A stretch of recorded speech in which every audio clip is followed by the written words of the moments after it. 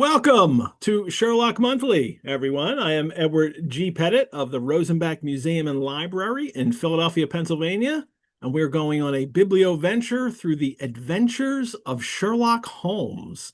Today's episode is number 46, and it is the adventure of the Bruce-Partington Plans. And joining us for this episode are two new co-hosts for the show, which I love. Johanna Draper Carlson and Matt Hall. Hello, both of you. Hello. And do you guys realize, somebody pointed this out today, today is 2/21, the date we're doing this Yes. show. It's the perfect day. I knew that because that was the reason we relaunched the 221 BCon website today, because it's 2/21. Well, I'm pretty sure it's the first time I've done a Sherlock thing on 2/21, which hopefully will be fortuitous that this will go really well today. Sherlock Monthly, if you're watching for one of the first times, this show, Sherlock Monthly, began in 2023 as a weekly program called Sherlock Mondays, in which we deduced, deciphered, dissected Arthur Conan Doyle's Sherlock Holmes adventures in a kind of conversational annotation in the order the stories were originally published. All those episodes are on the Rosenbach's YouTube channel, including our special subscription series only we did with Hound of the Baskervilles. They're all there for free to watch now. And now we are continuing it once a month with Sherlock Monthly. And we do bring all these shows to you for free. If you would please consider making a donation to the Rosenbach or by becoming a member. You can do this at our website, rosenbach.org. Your support helps us create programs like this. Also care for our collections, including the Sherlock and the Doyle we have in our collections at the Rosenbach. Sherlock Monthly is also brought to you by the generous support of Lisa Washington. Thank you, Lisa. She has supported this program from the start. And also new this season, Belanger Books, publishers of the all-new Adventures of Sherlock Holmes, Solar Ponds, and Occult Detectives from the Victorian era to the 21st century. You can visit them today at belangerbooks.com. And let me introduce more fully my co-hosts for today. Johanna Draper Carlson is president of the Scion Society Notorious Canary Trainers of Madison, Wisconsin, co-executive director of 221B Con, which we will talk about in a bit, and runs SherlockComics.com. She writes regularly for Sherlock Holmes Magazine, the Baker Street Almanac, and has contributed to the Watsonian, the Baker Street Journal, Watsonian Weekly, and I hear of Sherlock everywhere. You've been on that like 3 times or more or something, haven't you? Just twice. Oh, just twice? All righty. I think I've been on 3. Not bragging. Matt Hall is a scientist by day at the National Institutes of Health and a lifelong fan of all things Sherlock and Doyle. He was raised in Sydney, Australia. I can't do the accent full time. That was good. Australia. And has lived in the States for the past 20 years. Matt regularly attends Sherlockian meetings. His home base is the Red Circle of Washington, D.C. He is currently Gasogene of Watson's Tin Box of Ellicott City, Maryland, in which you have a very important role, which we'll get into today. And, I don't even have it on. You recently founded the Bowery Ruffians, a group that can only meet in the Bowery, New York City. That's the pin that I have over here somewhere. Maybe I'll grab it at some point. Or you can come up with a Bowery connection somewhere. That's right. And Matt has published and spoken on a range of Sherlockian topics in all kinds of places, and also has a great blog called 221B Cooey Blogspot that you can find online on his Sherlockian and Doylean research. So welcome to both of you. Thank you for having us. It's great to be here. John, I'm going to start with you. I'm new to the show. I like to ask people, what is your do you have a Sherlockian origin story? How you first discovered this? I do.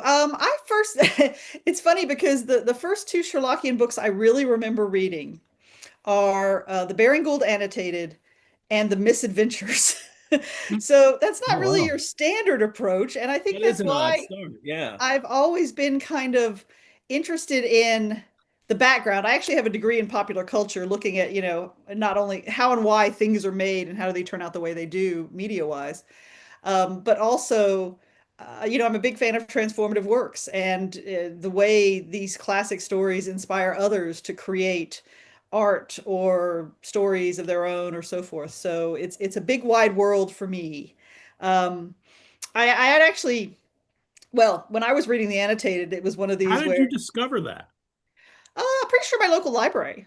You just had it and you saw it on a shelf, that kind of discovery, you think? Yeah, well, I do remember asking my grandparents to buy me a copy for Christmas one year, which happened.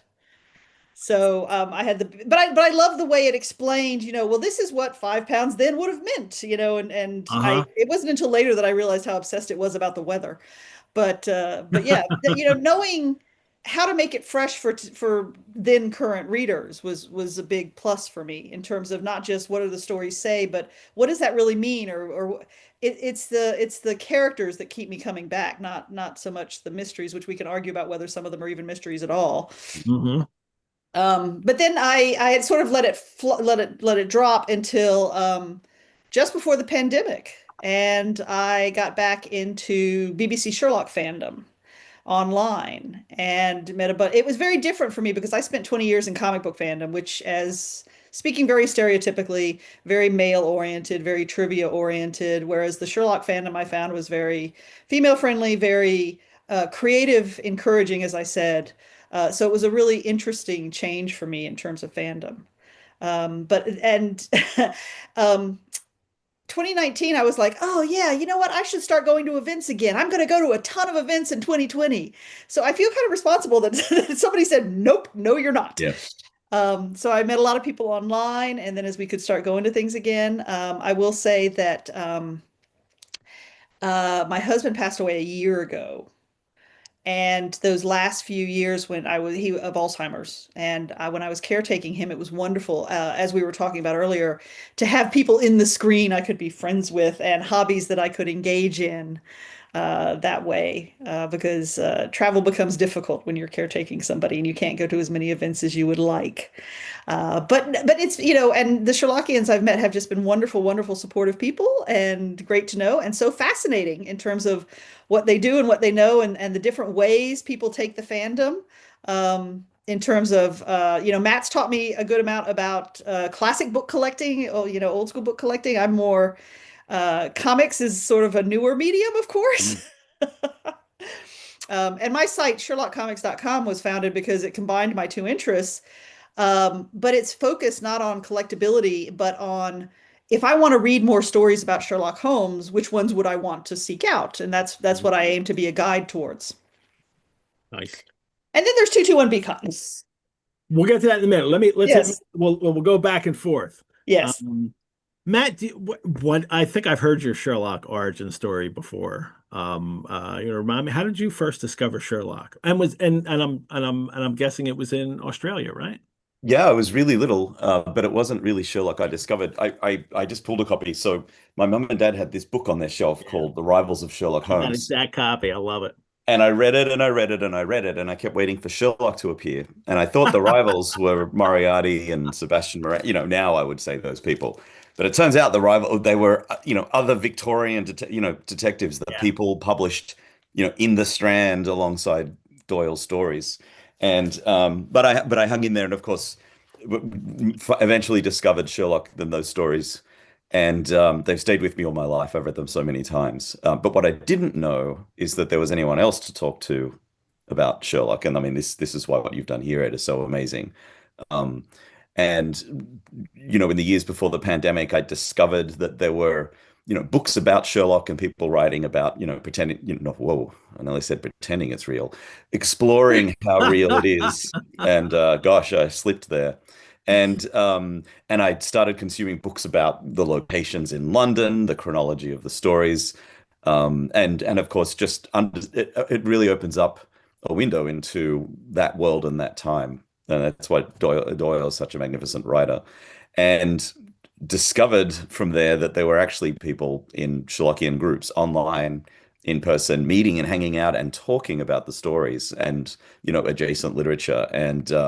Yeah, as Johanna was sort of saying right at the end of her narrative, there are no there you're all there and interacting because you have a common interest, and Mhm.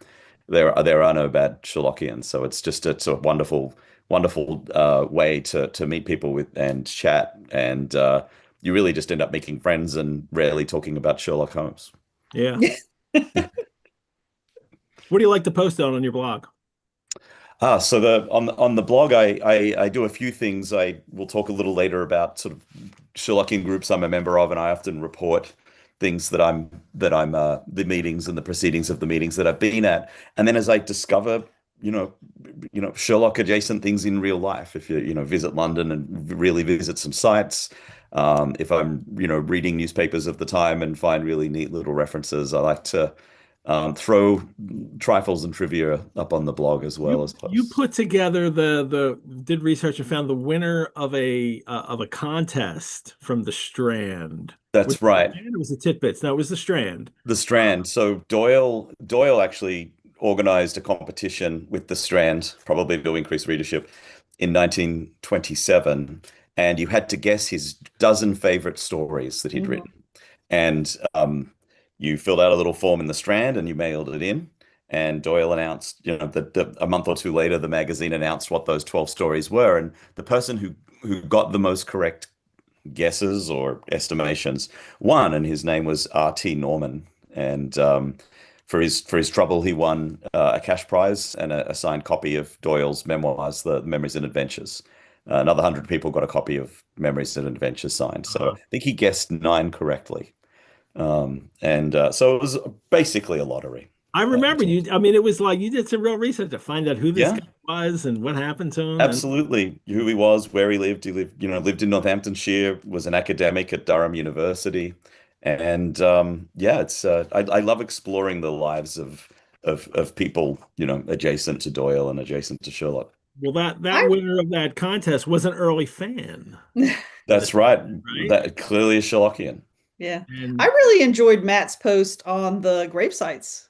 Speaking of Oh, people related to Sherlockian, I thought that, I mean, maybe it's a little morbid, but it's like, I don't think anybody's thought to do this before. And it's kind of a neat approach. yeah, yeah, I can send you a link to that, Ed. It's yeah, the graves of famous and well-known people, Sherlockians, whether it's an actor like William Gillette or Doyle himself, or very well-known early Sherlockians, Ronald Knox. I'll send you a link. excellent. Johanna, tell us about 221B Con before we get started. 221 Con started in 2013, originally stemming from fandom around the BBC Sherlock show. It's been held every year except 2020. As we mentioned, there was a pandemic, and 2021 was virtually. In 2024, Crystal Knoll and Heather Holloway announced it would be the last year of the con the next year. And I watched people go through, including myself, go through the 5 stages of grief that weekend. Um, so I volunteered to help organize the last year of the show. I'm a project manager, among other things. And Heather Henson and I ended up taking the show over, so it will continue. And it was great fun announcing that in 2025 because speaking of Belanger Books, they were one of our first sponsors, which we've now accepting sponsors, and they first appeared at the show last year. Had a fabulous time. Brian could not stop talking about how great it was, but he told me this story where he's in the dealer's room when we're having this kickoff panel, and all of a sudden he hears this roar of people going, "Yeah!" And he's like, "What the heck happened?" And then somebody came and cried at him, literally, that he was one of the reasons the show could continue and they were so happy. So that doesn't tell that just tells you how much people love it. That doesn't tell you what it is. What it is a inclusive Sherlock Holmes fan run convention that is held every April in Atlanta, Georgia, for a weekend. We basically take over a hotel. We have 4 tracks of programming, different panels to go to at different times. We accept fan suggestions on panels. Um, the majority of our programming is Sherlockian, by which we mean it's about Sherlock Holmes or media he's in or characters related to him, or we're doing a panel on Doyle's supernatural stories this year, for example.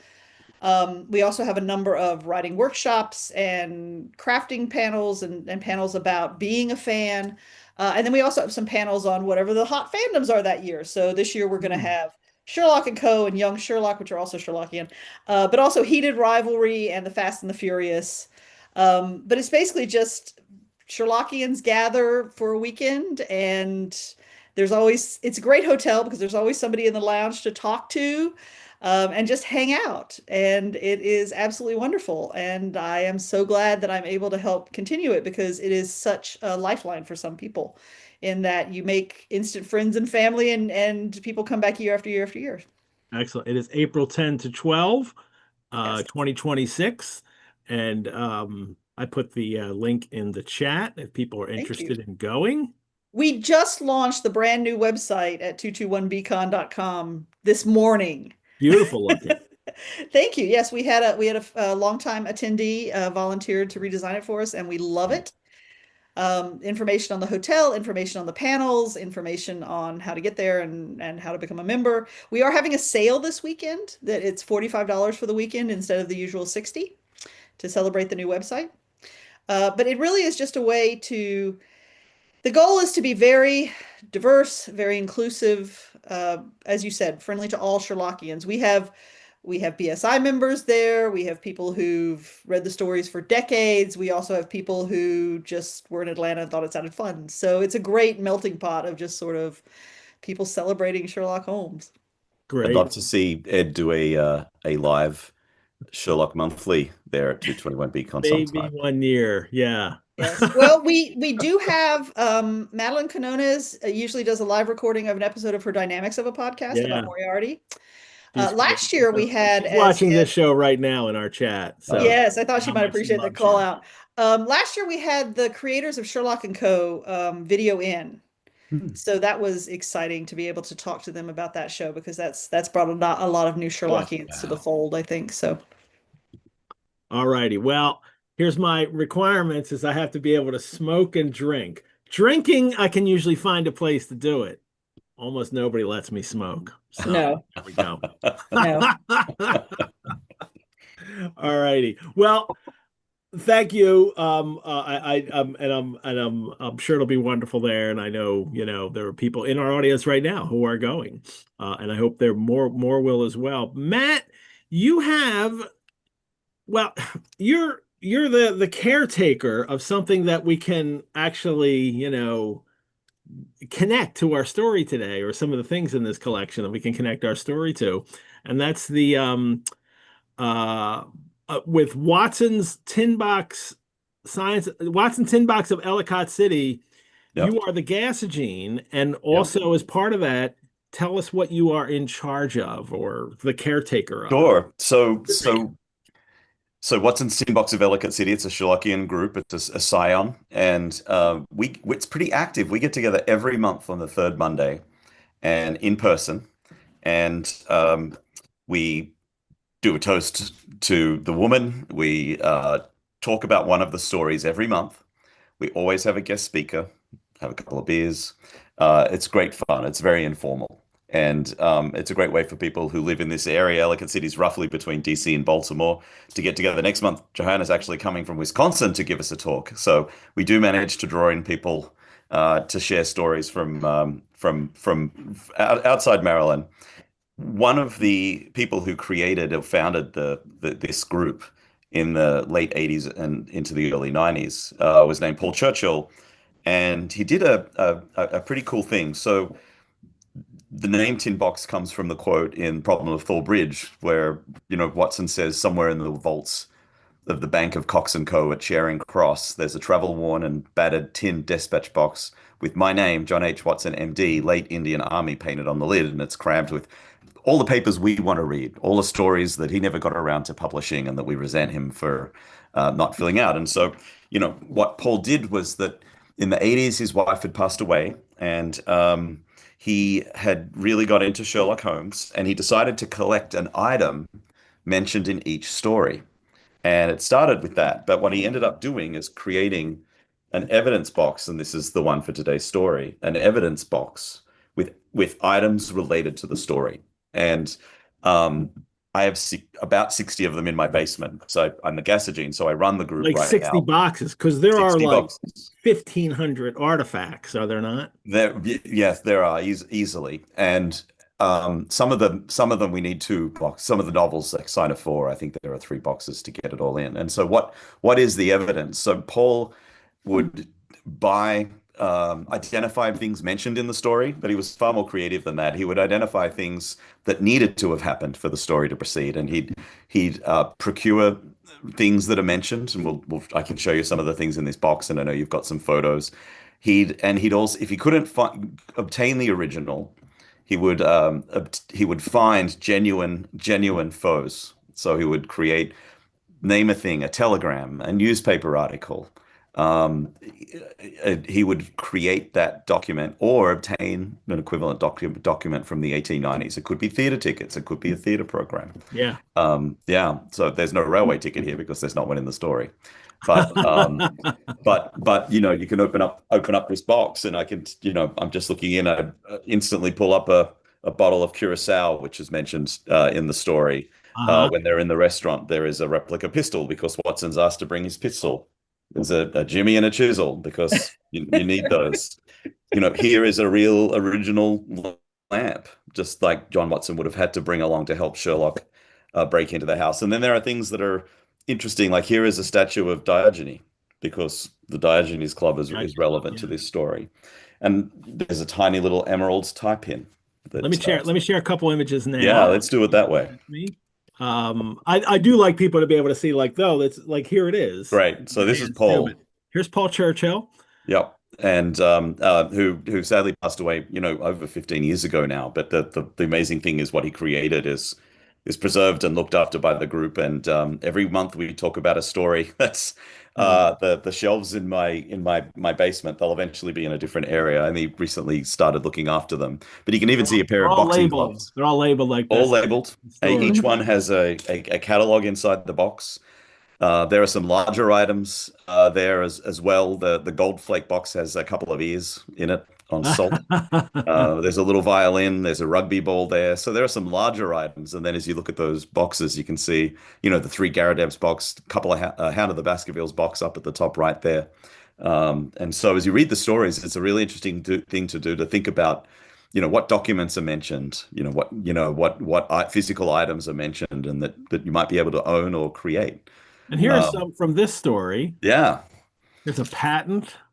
That's right. One would imagine that the design of the submarine is patentable. So there's some patent documents. There's your chisel and Jimmy to break in.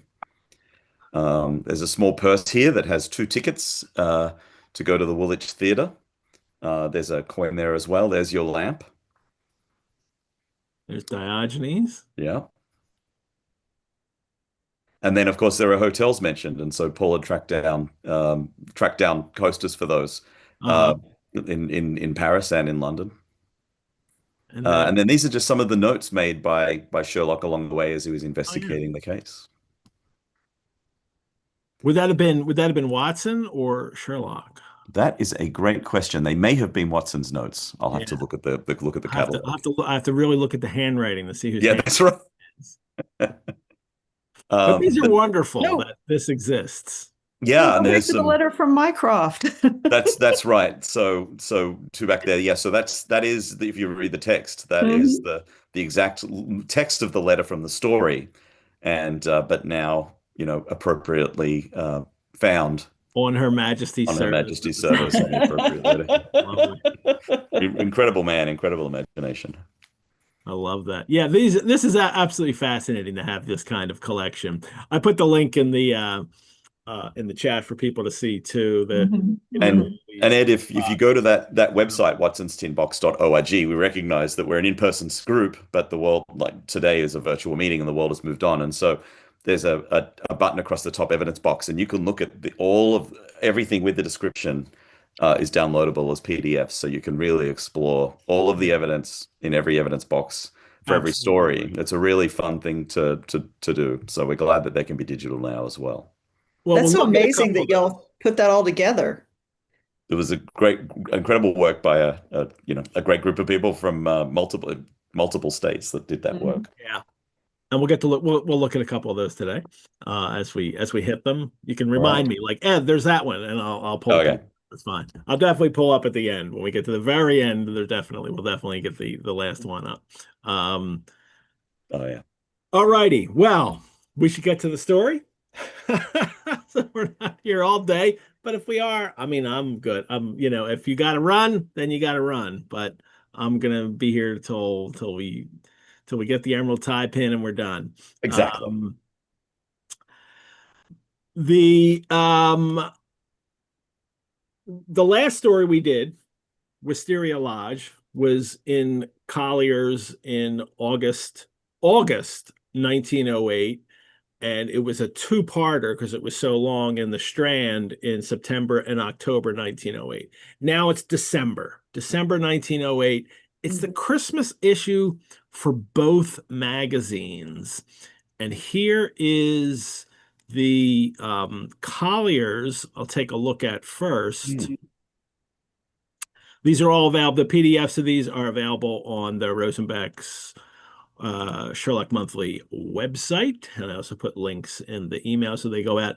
Here's the Collier's issue. No Frederick Dorsteel Hmm. Sherlock on front because it's a Christmas issue, and that's really what they're pushing, although it does have containing a new adventure of Sherlock Holmes down the bottom. But that's actually a Maxfield Parrish Hmm. illustration, which I think makes it interesting because people still know who Maxfield Parrish is. These beautiful, fantastic scenes that he used to do. Um, and this was his Christmas one, and that just the gorgeous door steel, Ah, illustration here with assuming this is Violet, after Cadigan has just abandoned her in the fog at night. Um, but these beautiful door steel, illustrations are really, wonderful. it's Um, dreamy. and a couple of them here, and everything has got he's really emphasizing the dark, foggy landscape in these illustrations for this story, as it starts with it, and he really seems to hold with it. Notice Sherlock has a deerstalker, but I'm not putting mine on because he's in London, okay? There's no deerstalker, people. So Dorsteel keeps using the deerstalker in places where Sherlock wouldn't wear a deerstalker. So We can talk about iconography and the importance of branding later. oh yeah. Well, it's very important for Doris Steele in these pictures. We know that. I'd love, but I always mention how I love how Paget used to do it, even when it doesn't specifically say it in the story. He understood the kind of hat and he added it, and Yeah, continued to do that in stories. There's Sherlock. There's a good profile and seeming, beautiful. much younger than usual. And Mhm. and one of the violets. We'll get to the violets today. Good. Uh, there's it's always fascinating uh in the Colliers too, because there's advertisements in the back to finish the story. And they're on just crackers, educator crackers. I guess you get smarter eating these crackers. Um, skates and, just the pens and chocolates. And I know too here that look up in this Parker fountain pen one, there's Santa looking down at this guy. I guess he's keeping an eye on him, Yeah, good for this Christmas. that's amazing. But 1908, and yeah, Santa's all over the advertisements for Christmas. Um, Here, this is I mean, he's, attractive looking woman here in the hair tonic looks a little risque here. That she thinks she seems to be topless, but her arm is strategically Oh, placed. Um, and sex sells people. And then up here, I looked this up, and this Cloverleaf Alton 1909 Birdland calendar. This is the sequel to the famous Fencing Girl calendar. And it is a calendar. You can look this up online. There are illustrations of women in bird costumes, like sexy women in bird costumes. none available on eBay right now, I'm Whole afraid. calendar. Yeah, I amazing. did find some pictures online and I couldn't believe it. So, yeah. So that kind of stuff was going on then too. Um, There's a Christmas tree stand down the bottom. You know, Liam. you mentioned Sherlock looking a lot younger than you would expect. But one of the things I find really interesting about these later stories is that the earlier stories were set fairly close to when they supposedly happened. And then as you get to the later volumes, the stories are supposedly taking place around the same time, but the difference in time between the writing and the setting continues to increase. So it becomes a change from writing fairly contemporaneously to writing sort of nostalgic looks back, which I think is how you explain a lot of the continuity errors. Yeah. No. So, Yeah, this one's in 1895. Yeah. And yeah. Doris Steele has his own conception of Mhm. Yeah. of what Sherlock looks like, and it's basically Gillette. I mean, he's just drawing Gillette in Yeah. Gillette in the beginning here, and then continuing with that, but then you go to Paget, and Paget drew his brother early on, and then even in later stories when it should have been Sherlock younger, Sherlock looks older, and I have wondered if, well, maybe Paget's brother was just getting older, and like in his head, that's how he still sees him, and he draws him looking Yeah. older. Well, Ed, you mentioned Sidney Paget. I mean, he only died earlier in Yeah, 1908, early in 1908. So obviously the Strand, I'm sure you'll talk about it, but we have a new illustrator. a new illustrator. The last issue that we did for Wisteria Lodge in the last episode, it's Arthur Tweidle or Twiddle. I'm Yep. not sure how you pronounce it. He had done it for that, and then he does it for this, and Yep. we'll see those. Well, as you pull them up, I mean, it's interesting to think about the effort that Granada went to recreate some of Sidney Paget's drawn scenes within their film productions. And watching the Granada episode of Bruce-Partington Plans, you really don't see that attempt to recreate Tweidle's drawings. But Mhm. Doyle Steele's absolutely beautiful. I mean, he understood the assignment in terms of capturing the fog and the eeriness of nighttime. Yeah, and I think the assignment for Tweidle was to make them as much like Paget's as I Yeah. can. And he doesn't seem to have that much imagination beyond that for illustrating some of these scenes. Here's the cover for it, and it's the Grand Christmas Double Number. It's the only image I could find of this cover. And you don't see Sherlock on there, but it looks like the top edge is cut off, and I can't believe that it wouldn't have said Sherlock Holmes story in this issue up the top, because all the others do. Mhm. Yeah. Even though Sherlock is not the first story. Mm. It is I think it's ninth in this issue. With Wisteria Lodge in the last issue. Well, it wasn't even called that. It was still the singular occurrence of J. Scott Eccles. Yeah. That was the first story that led the issue, and so it also led with an illustration. The first illustration of that issue that month was for the story, and then they start the story. Bruce-Partington Plans is the ninth story in a Christmas number of the Strand. It's one of the few Sherlock stories in the history of Sherlock and the Strand that doesn't leave the issue, even though it probably said he was in there on the front, but I don't know because I don't have the rest of that cover. But it's not Christmassy. You don't lead your Christmas issue with a non-Christmas story. It never matters. I mean, it wasn't Christmassy for the Colliers, and they maybe had a different illustration, but they sure put it on the cover that Sherlock was in it. And it's the big Sherlock stories used to be the reason people bought the Strand. Yeah. And they are not that much anymore. And so the question is, what did lead the issue? And this will be a little bit of a digression.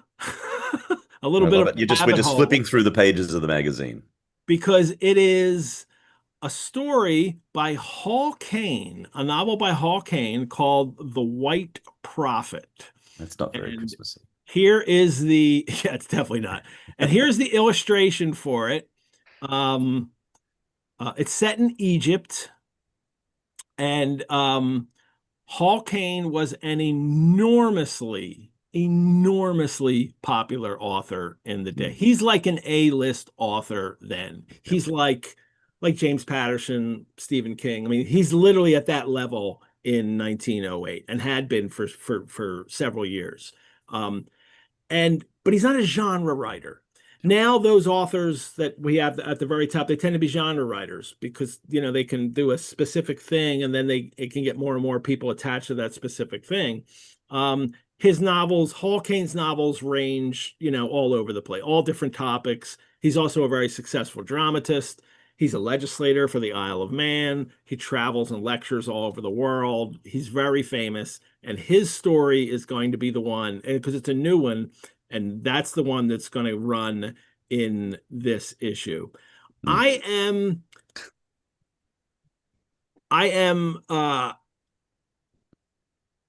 well, Caine's one of those authors who didn't, because he's so popular, it's a little surprising that he's fallen so out of favor that nobody's really heard of him. You got to be somebody really into, this time period, or maybe Dracula, and I'll tell you why. There's a Hall Caine connection there. I do wonder what authors today, and go back in time, look at the bestsellers for 1908 and whatever month you want to look at, and see how many names you recognize. Usually it's 0. Sometimes you'll recognize 1, and it'll be the same thing now. 100 years from now, the New York Times bestseller list will look from 2026 when we're doing the show in 21, 26. People won't recognize any of these names. They will That's not reassuring, Ed. recognize any of these names. So, but maybe they'll be able to find episodes of Sherlock Monthly online. Maybe we'll sell. That's right. Or Hello, whatever 21. equivalent they have of online in the year 21, 26. It won't even seem like that different then. But anyway, Hall Caine is probably most famous now for being the person who Bram Stoker dedicated Dracula to. But the dedication reads, "To my dear friend Hami Beg." Doesn't even say Hall Caine, because Hami Beg was he's from the Isle of Man, and it was a Manx nickname for little Tommy. And his actual first name was Thomas. It was Thomas Hall Caine. And so I wonder if Stoker had put in it, "To my dear friend Hall Caine," if maybe that would have helped continue his name, but it didn't. He's kind of forgotten. But here is the story that he wrote, and it's called The White Prophet, and it's set in Egypt, and it's about a British army officer who joins a Muslim crusade for better rights for the Egyptians. I mean, it was a very controversial story because it's about British policy and Egypt, and Britain's occupying Egypt, from 1882 to the 1950s. And it was very controversial. But it's only The White Prophet in England. In America, in the American Strand Magazine, it is called The White Christ. Wow. And which was his original title for it. And they can't publish The White Christ in the Strand. Also, Hall Caine's picture looks hilariously scary at the same Shakespeare.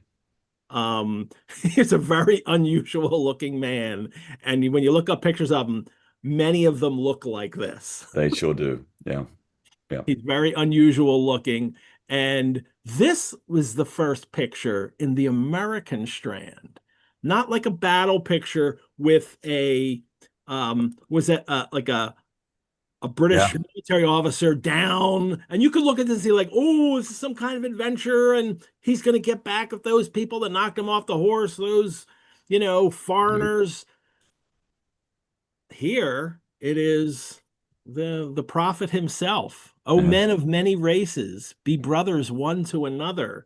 Woo! Yeah. I wish, as racist as America is in 1908, the American Strand likes this idea story for a picture and lets him run with even the title, The White Christ. That is a Christmas message, Ed. There you go. Be kind to one another. This is actually this title page here. The December title page. But it would have been the same. It was just The White Christ by Hall Caine. So, well, you mentioned, not knowing, most of the authors, or not having heard of most of the authors who were popular in 1908. I don't know about the UK, but in the US, according to Google, the best-selling novel in 1908 in the US was Winston Churchill with Mr. Crewe's Career. But that's not the Prime Minister Winston Churchill. There Ah, is another Winston wow. Churchill. This is true. That's amazing. There was another Winston Churchill who was a popular novelist, and his name was Winston Churchill, and he was American. And so frequently it's easy. Oh, Now, we on last month's episode when we had Wisteria Lodge, there was a piece by Winston Churchill in there, and it was the Prime Minister Winston Churchill. It right. He was was publishing around this time. his Wow. travels in British East Africa. But that novel is actually the Winston Amazing. Churchill, who was an American novelist. And he We was need a little asterisk next to his name. well, the problem with him is that nobody remembers him because of Winston Churchill, Right. the Prime Yeah. Minister. Wow. Amazing. Yep. All righty. Well, thank you for indulging me in That was great. Hall Caine. And it's worth reading, when you look at a Strand magazine or those, there are amazing detective stories from other authors around that time. I know you've talked Absolutely, about yeah. some of them in detail. You've had episodes on some of those novelists, like Martin And you could Hewitt find these Stevens. complete Strand. Well, you could like Johanna, she has a Strand. Yeah, give us a look, Johanna. At least the Greek Interpreter earlier issue, right? As the Strand used to publish these. That's 6 months. Yes, my friend hunted this down for me for a birthday present because it has, look what page it just opened up to. Look at that. There's the very first Mycroft. Yeah. We'll see it a little bit later. The Not smoky, thank you. Strands online, and it's really great to go in the rest of those issues to see what's there. Now, I bring Hall Caine up not because I like Hall Caine. I have never read a Hall Caine novel.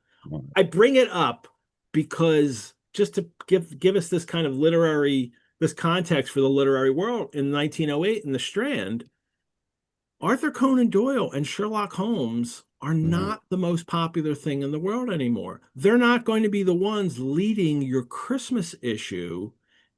And it's not like people aren't reading Sherlock Holmes. It's just by this time, he has not been ever present in the Strand. We went a few years before Wisteria Lodge, and now we'll have this one, and then there'll be a couple years before the next one. That the stories are getting sporadic now, and so it's not really running. It's not really the engine of what drives Strand readership. Most readers by 1908 are reading Sherlockian books. They've gotten the books of all the early stories up until now, up until these last few. That's where they're encountering Sherlock. They don't have to wait till next month for the next Sherlock story. There's 3 books of Sherlock stories out already, and they're the ones that they're reading. So it's a shift in the public perception of how they really encounter their favorite detective. He's still their favorite detective. Yep. But not so much in the Strand. They'd rather have The White Prophet by Hall Caine. I'm not going to read it, but you never know. Maybe I will one day. All righty. We've waited too long. Let's get to the story itself. In the 3rd week of November in the year 1895, a dense yellow fog settled down upon London. From the Monday to the Thursday, I doubt whether it was ever possible from our windows in Baker Street to see the loom of the opposite houses. Foggy, London, November 1895. It's a perfect setting for a Sherlock story. And most chronologists agree. Yeah, it's November 1895. So I had a couple chronologists who say like, no, it couldn't have been that. Almost, hooray, Watson got it right this time. We had Brad Kefauver on the last episode, so we got to really talk about chronology for some there, which we don't usually do much on this show. But Sherlock is busy indexing his huge book of references, something that gets mentioned in more than one story, and he's also occupied upon a subject which he had recently made his hobby: the music of the Middle Ages. Yeah. We'll get into that towards the end of the story. We'll wait till then when they really mention what that is. But he's got a new hobby, indexing his books. And just lastly, he's very restless. Watson comments, he paced restlessly about our sitting room in a fever of suppressed energy, biting his nails, tapping the furniture, chafing against inaction. He needs a crime to solve. And we've seen all this. These are hallmarks for the opening of a Sherlock story, right? Well, I think this whole paragraph is argument for neurodiversity. He's stimming, basically. Yeah. Yeah. And he gets really obsessed with a new thing and he wants to dive into it. Anyway, sorry. Yeah. No, that's I yeah. love alternate readings of that. I mean, one of Yeah. the things that Sherlock Holmes means so much to so many people is because they can see themselves in him in a lot of different ways. So Absolutely. yeah. Well, he's also lamenting the London criminal is certainly a dull fellow. With all this fog, he'd go out and murder anybody you wanted and get away with it. If I was, Yep. I think I'd be able to get away with all this. Fortunately, I'm not a criminal. And it's fortunate for the community that I'm not a criminal. And then we get Brooks or Woodhouse or any of the 50 men who have good reason for taking my life. And that's a kind of unpublished case reference in a sense. Brooks and Woodhouse. I wonder who they were. But apparently criminals that, would have wanted to kill Sherlock for stopping them. And then also that little line, they don't have days of fog in the Latin countries, the countries of assassination. As if, people aren't assassinated, but political figures in all these countries, in England, for God, and in America, but even then, I mean, it was not that long ago that it happened in both of those places. But the last story was Wisteria Lodge, and there was a lot of reference to that, the Tiger of San Pedro, and so it all kind of that's still in, I think, Doyle's head at the time. Well, here it comes. The telegram arrives, and again, a telegram. So telegram arrives. It's the foggy London. Holmes lamenting no crime to solve. This is a classic opening for one of the stories. And this telegram is from Brother Mycroft. And we get some mention of him here, and it's unusual for him to, alter his schedule, that he would actually visit. He's usually at his Pall Mall lodgings or the Diogenes Club, and that's all he ever does. But he gets this telegram: must see you over Cadogan West, coming at once, Mycroft. He's only ever been there once before, which is obviously not true. So yes, because how many times? Well, we know he's been there for Greek interpreter.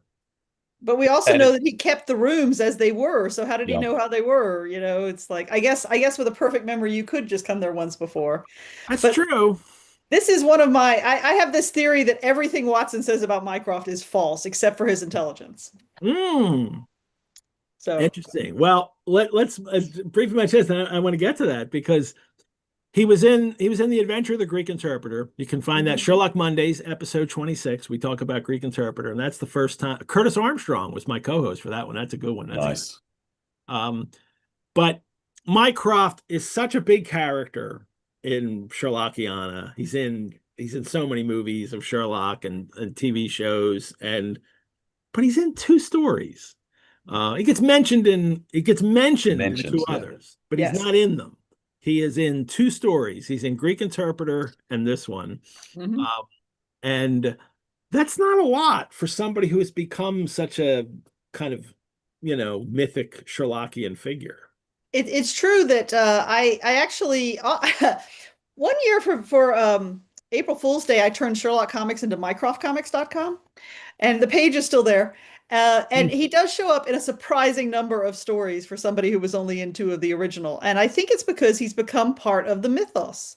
A lot of people, when they tell stories, feel like, well, we've got to have Irene Adler, we've got to have Moriarty, we've got to have Mycroft, because that's the the rival and the villain and the family. So it is interesting that he has been continued in so many different fashions. And I guess the kind of character created seems so interesting. Irene Adler, one story, but yet people, still go on, and she's included in so much. Moriarty, he's really not in that many. It's really just the final problem. I think it's mentioned in a couple others. And And yet, is it because it seems like such a great character to people that we're Yep. fascinated and want to? Well, I would argue that he's not that great a character because he's basically like, here's the supervillain, that's all we need to know. No, I think it's that we've got much more different expectations these days. I mean, Doyle, as I understand it, please correct me, you would know better, was very instrumental in creating the idea of the recurring character, where you tell the story and then you have the same character, so it draws people back. Our expectations for recurring fiction extends a lot further now than just the main character. We want to see these people that have been mentioned, and we want to see the return of the bad guy, so they fight again and so forth. Um, that's my theory. Yeah. Yeah, I think Doyle does. I mean, I do think that Mycroft and Moriarty and Irene Adler are amazing characters. I think Doyle's so efficient with language. He creates amazing characters, even if they only appear once or twice. Like many others, you want to know more about them. He paints such a real picture of who these people are. And of course, this job doesn't exist, or if it does, Doyle heard about it in a club and no one knows that a person like this existed. I mean, the idea that there's someone more intelligent and with this remarkable capacity to absorb everything happening in the government, draw connections between everything. I mean, that is a mythical character who's a member of a club named after a mythical character. Well, we have a lot more expectations about characterization as well. Hmm. I think one of the reasons people seize on Mycroft is because, what was it like to grow up with Sherlock? What was he like? How did he become the person he was? We want to know a lot more about that Yeah. in terms of our Yeah. expectations for characters.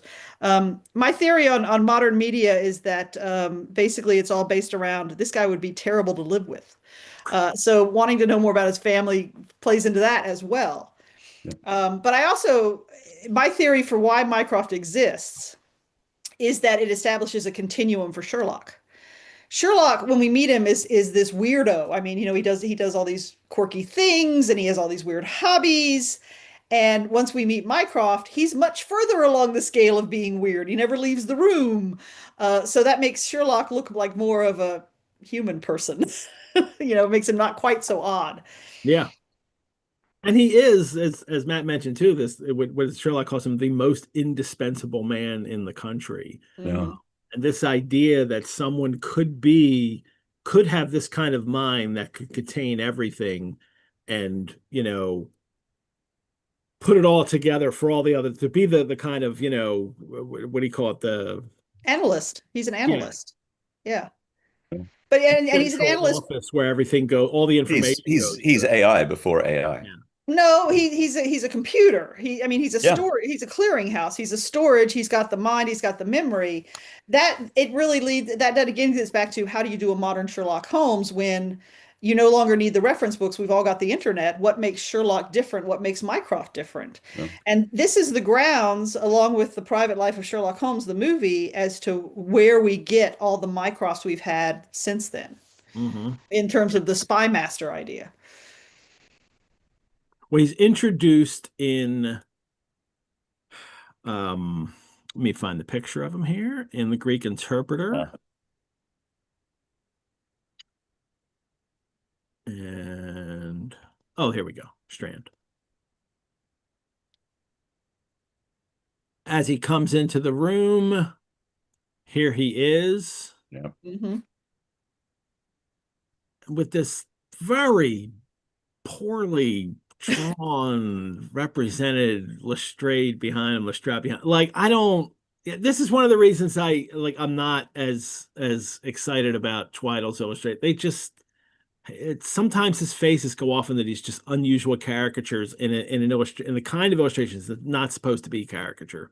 Well, Lestrade is also supposed to be a very short man, right? And I just love the ghostly head hovering over Mycroft's shoulder. Mycroft was supposed to be massive. Well, and but no, but massive meant really different things too. I mean, it in a world where we have my 800-pound life on TV, yeah, our expectations are going to be really different. Back then, 300 pounds was huge. yeah, Yep. So I really like again, I guess talking he about could. media. Yeah, I really like the casting of Stephen Fry, for example, as Mycroft Holmes in the Sherlock movies with Robert Downey Jr. Because if you look at them, Stephen Fry just looks like somebody's taken Robert Downey and blown him up a little bit. I mean, he's just big in all Yeah. sorts of ways, not just fat. So, So we go from this to this was the Yeah, first. right. mm-hmm. This was a Greek interpreter that pageted with so much more detail, and you know, and So I guess you can see that Twaddle is attempting to ensure continuity. yeah, He clearly had, his some face is a examples little of pageant. rounder, but Yep. he's basically taken the pageant illustration and tried to redraw him in some way. Yeah, and I don't see the spats either. And then here he is later in the story of the Yep. Greek interpreter sitting when Yep. what's fascinating to me about this picture is the Holmes and Watson look like a couple of kids coming in the back there.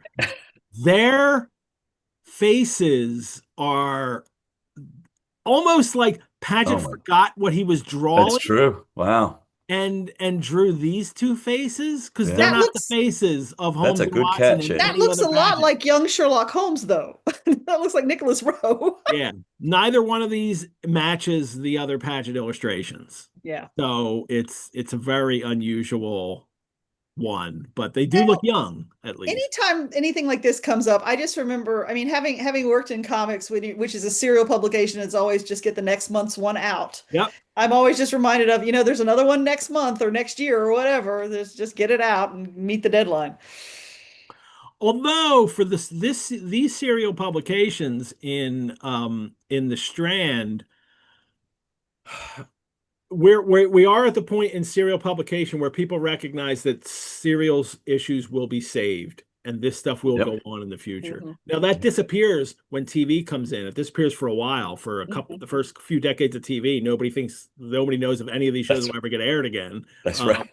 But especially in the print world, the Strand is releasing these in bound forms that people buy on their shelves. Many of these illustrations are wind up in books, so they do keep track of this stuff.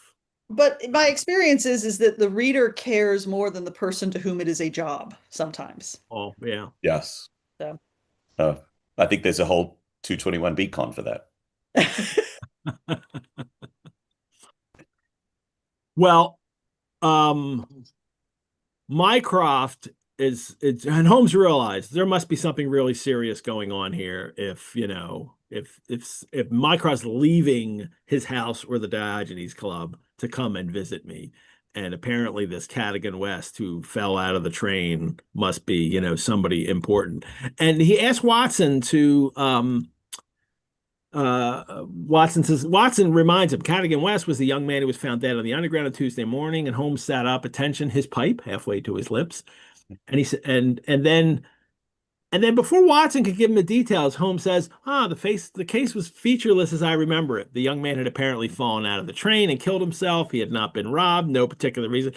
He still remembers all the detail. He's just like his brother Mycroft. Like he pulled all this in his head for something that didn't matter at the time, and it's still there.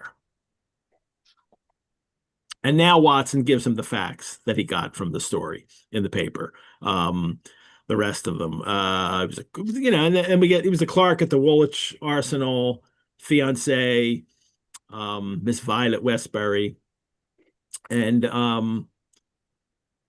Holmes now just has to wait for Mycroft to come to find out why this is so important. Well, I mean, but the other details, he was. They think he fell out of the train. There was no ticket in his pockets, which was really very singular, Holmes says. And as I pointed out in other episodes of this, maybe even the last one, singular is a key word for Doyle writing Sherlock. It is singular episodes. I don't know, it's 140 times or something. The singular is in the canon. And this is the kind of thing that fascinates Sherlock Holmes about a case. That if it's singular, any other routine, like if this guy just fell off the train, it would be no big deal. But there was no ticket in his pocket, and then it starts to that's the kind of stuff that fascinates. It shows how law-abiding his part of he expects society to be. That anyone on a train would have a ticket. You have to have one to get onto the platform, and you have to show it again to leave another station. So one must have a ticket if one is on a train. The part that I find interesting about this is that Lestrade shows up for no actual reason. He doesn't get to say anything. He's just hanging out with Mycroft, apparently. Lestrade comes in too, and it's actually this is the last appearance of Lestrade in a story. He get mentioned in two more stories coming up. Well, in the history of the cat, like it'll take me 2.5 years to get to the next to get to one, but but this is it. This is the last time he is in a story as a character in a scene and has lines. So wow. So keep that in mind today as we That's a great catch. Like, that I mean, well, people reading at the time don't know this. They don't know he's never going to come back. He's been in so many stories and he'll get mentioned. There's one later story where it's like, oh, and here comes Lestrade, and the carriage pulls up, but then we don't see him. He doesn't bring him on the scene. Poor guy doesn't get to come out anymore. But I think the way he's used in this story kind of demonstrates that Doyle's done with this character and this kind of bumbling police character. He doesn't need them anymore for his stories. And the last was story too, Wisteria Lodge, where there's an Inspector Baines from the country who is literally as brilliant as Sherlock, who exactly solves the crime along with Sherlock, and even has a couple ways where he gets over on him. Like he actually was watching Sherlock at the time, but Sherlock didn't know it. So that and the one key thing he did by arresting the wrong man, which led the criminals to flee. I mean, that was his idea, not Sherlock's. Doyle's just written a story where there's somebody who's better at this than Sherlock. And he was an official police detective or inspector. And so I think there's something going on in Doyle's head about this now. And well, you were talking about the other stories in the Strand. I've been reading a book called After Sherlock Holmes, which is just a survey of what other recurring detective characters appeared in magazines of the time. And they talk about how there's kind of a trend from these independent detectives to what they call notebook stories, or they're billed, even though they're billed as from the notebook of a working detective, and then it's a policeman, and then you start getting into the police are corrupt. But there are different periods and trends in that type of storytelling in terms of how the police are treated. So it's interesting you point that out. Yeah. And he's thin and austere here, Lestrade. Yeah. But he's not rat-faced. His appearance changes. He's not he's either a bulldog or he's a ferret, like which they're not the same thing. Doyle doesn't remember. And then I think at the end it's just kind of like they're all bulldogs. Police are bulldogs. But here he's thin and austere, which is not bulldog-like at all. So Mycroft comes in. Mycroft is, well, I don't know, his heavily built and massive. I get that we could have a different impression of that, but it's just, unwieldy frame. I think uncouth physical inertia in the figure. I think that, I still think that he's a lot bigger than these illustrators are. Yeah. Doyle has in mind a much bigger person than Tweidle or Paget originally did. Well, he even struggles out of his overcoat a little to be able before he can sit down. So he makes a point of saying he has to struggle to get out of a coat. I mean, at first glance, one forgot the gross body, which just means very large. I mean, that's what that word means there. And remembered only the dominant mind. So it's like, I don't think those pictures, they look like a large man, but they don't look like oh my God, what a large guy, Yep. And maybe you can't get that effect in an illustration without it looking ridiculous or comic for these illustrators. I am going to take a moment here, everyone, to thank you all for watching this episode. As a nonprofit organization, the Rosenbach Museum and Library depends on the generosity of friends and supporters like you to keep programs like this free and accessible to hundreds of fellow Sherlockians worldwide, many of whom are watching us right now, including Claire Danes watching from New Zealand. We'll hear your poem later at the end of the show, Claire Danes. I hope you will consider supporting the Rosenbach and Sherlock Monthly by donation, which you can do at our website, or by becoming a member. Membership gives you free museum admission, discounts on programs and courses, and early access to registration. You can learn more about how to become a member at our website. We are also grateful for our show sponsors. To Lisa Washington, thank you so much for sponsoring this show. And new this season, Belanger Books. Belanger Books publishes all new adventures of Sherlock Holmes, solar ponds, and occult detectives from the Victorian era to the 21st century. Explore the mysteries of 221B Baker Street, the horrors of Lovecraft's nightmares, and the wondrous worlds of H.G. Wells. Belanger Books has it all. Visit them today at belangerbooks.com. We also have a great many programs and courses at the Rosenbach, including many courses online as well. We run a lot of these online seminars with books on our collections or books that we think people will like. There's a Melville course. We just finished a Mrs. Dalloway. Philip Pullman's His Dark Materials course just began a little bit ago. Some of them are already sold out, a Bleak House course, an Ambrante course, but we have a few that aren't sold out, so I'll mention those. There's a course that Sir Jonathan Bate is teaching on Shakespeare's Green Worlds. We have a course on Stendhal's Charterhouse of Parma coming up very soon. We have a course on the medieval T.S. Eliot, meaning we'll read medieval works that inspired T.S. Eliot's modernist poems and read those alongside Eliot's works, and a course on called Brief Wonders, Latin American Short Stories. There's all kinds of interesting courses, seminars to take at the Rosenbach. Members get early access to registration for these courses and discounts. So, but they're open for anyone to sign up, to register for.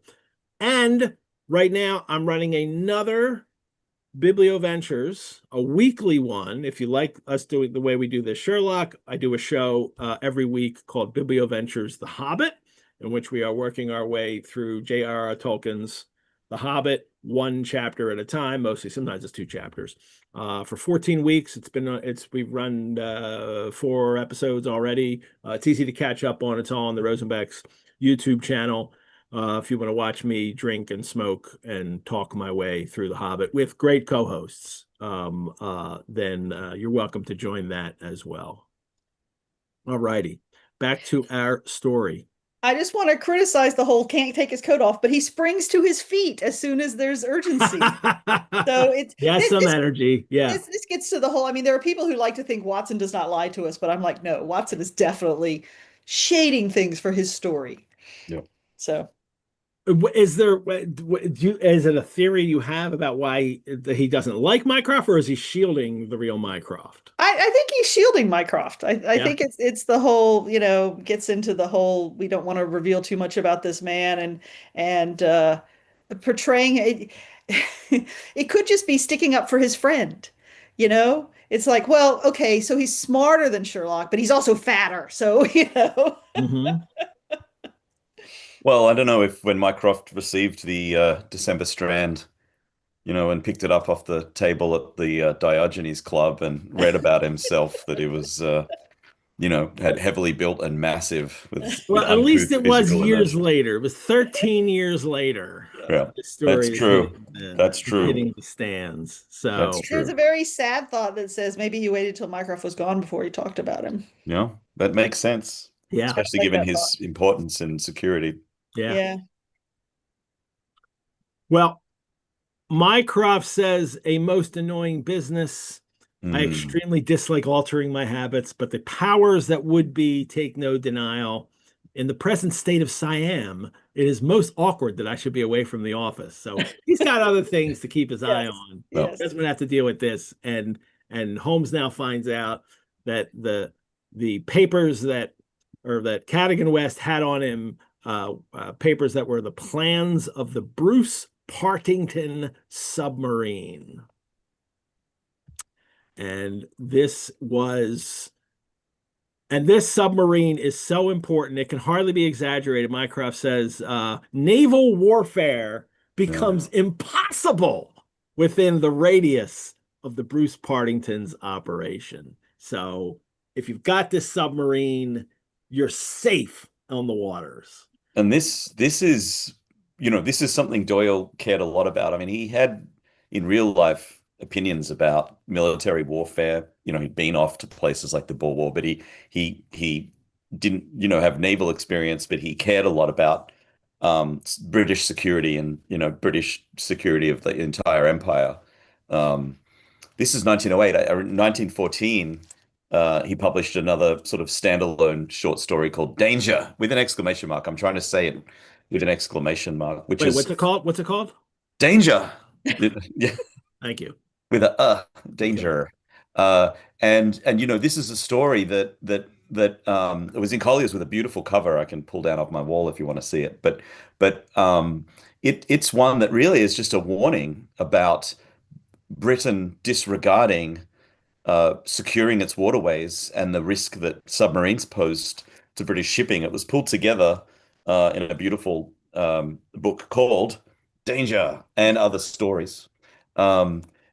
It's definitely worth reading. They're all online. You can read them there's a great website called ACD Encyclopedia where you can read anything Doyle ever wrote.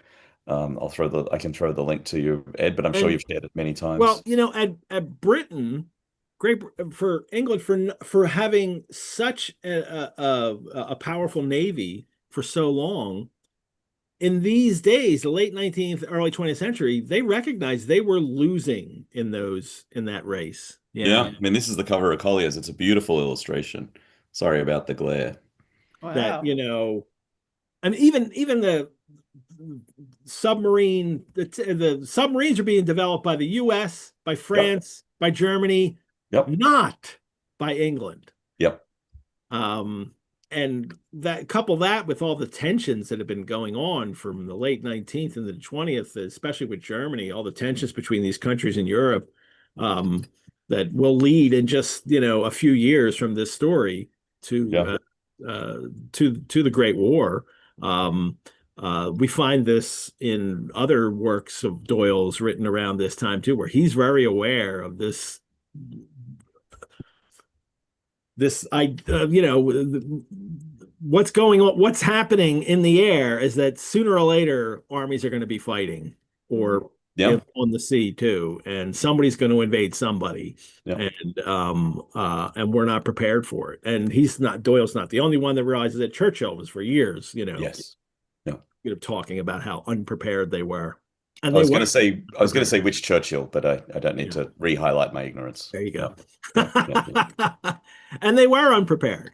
And they did need the Bruce-Partington submarine. Yes. And maybe that's why they didn't have it, because these plans were stolen. And that's it. There you go.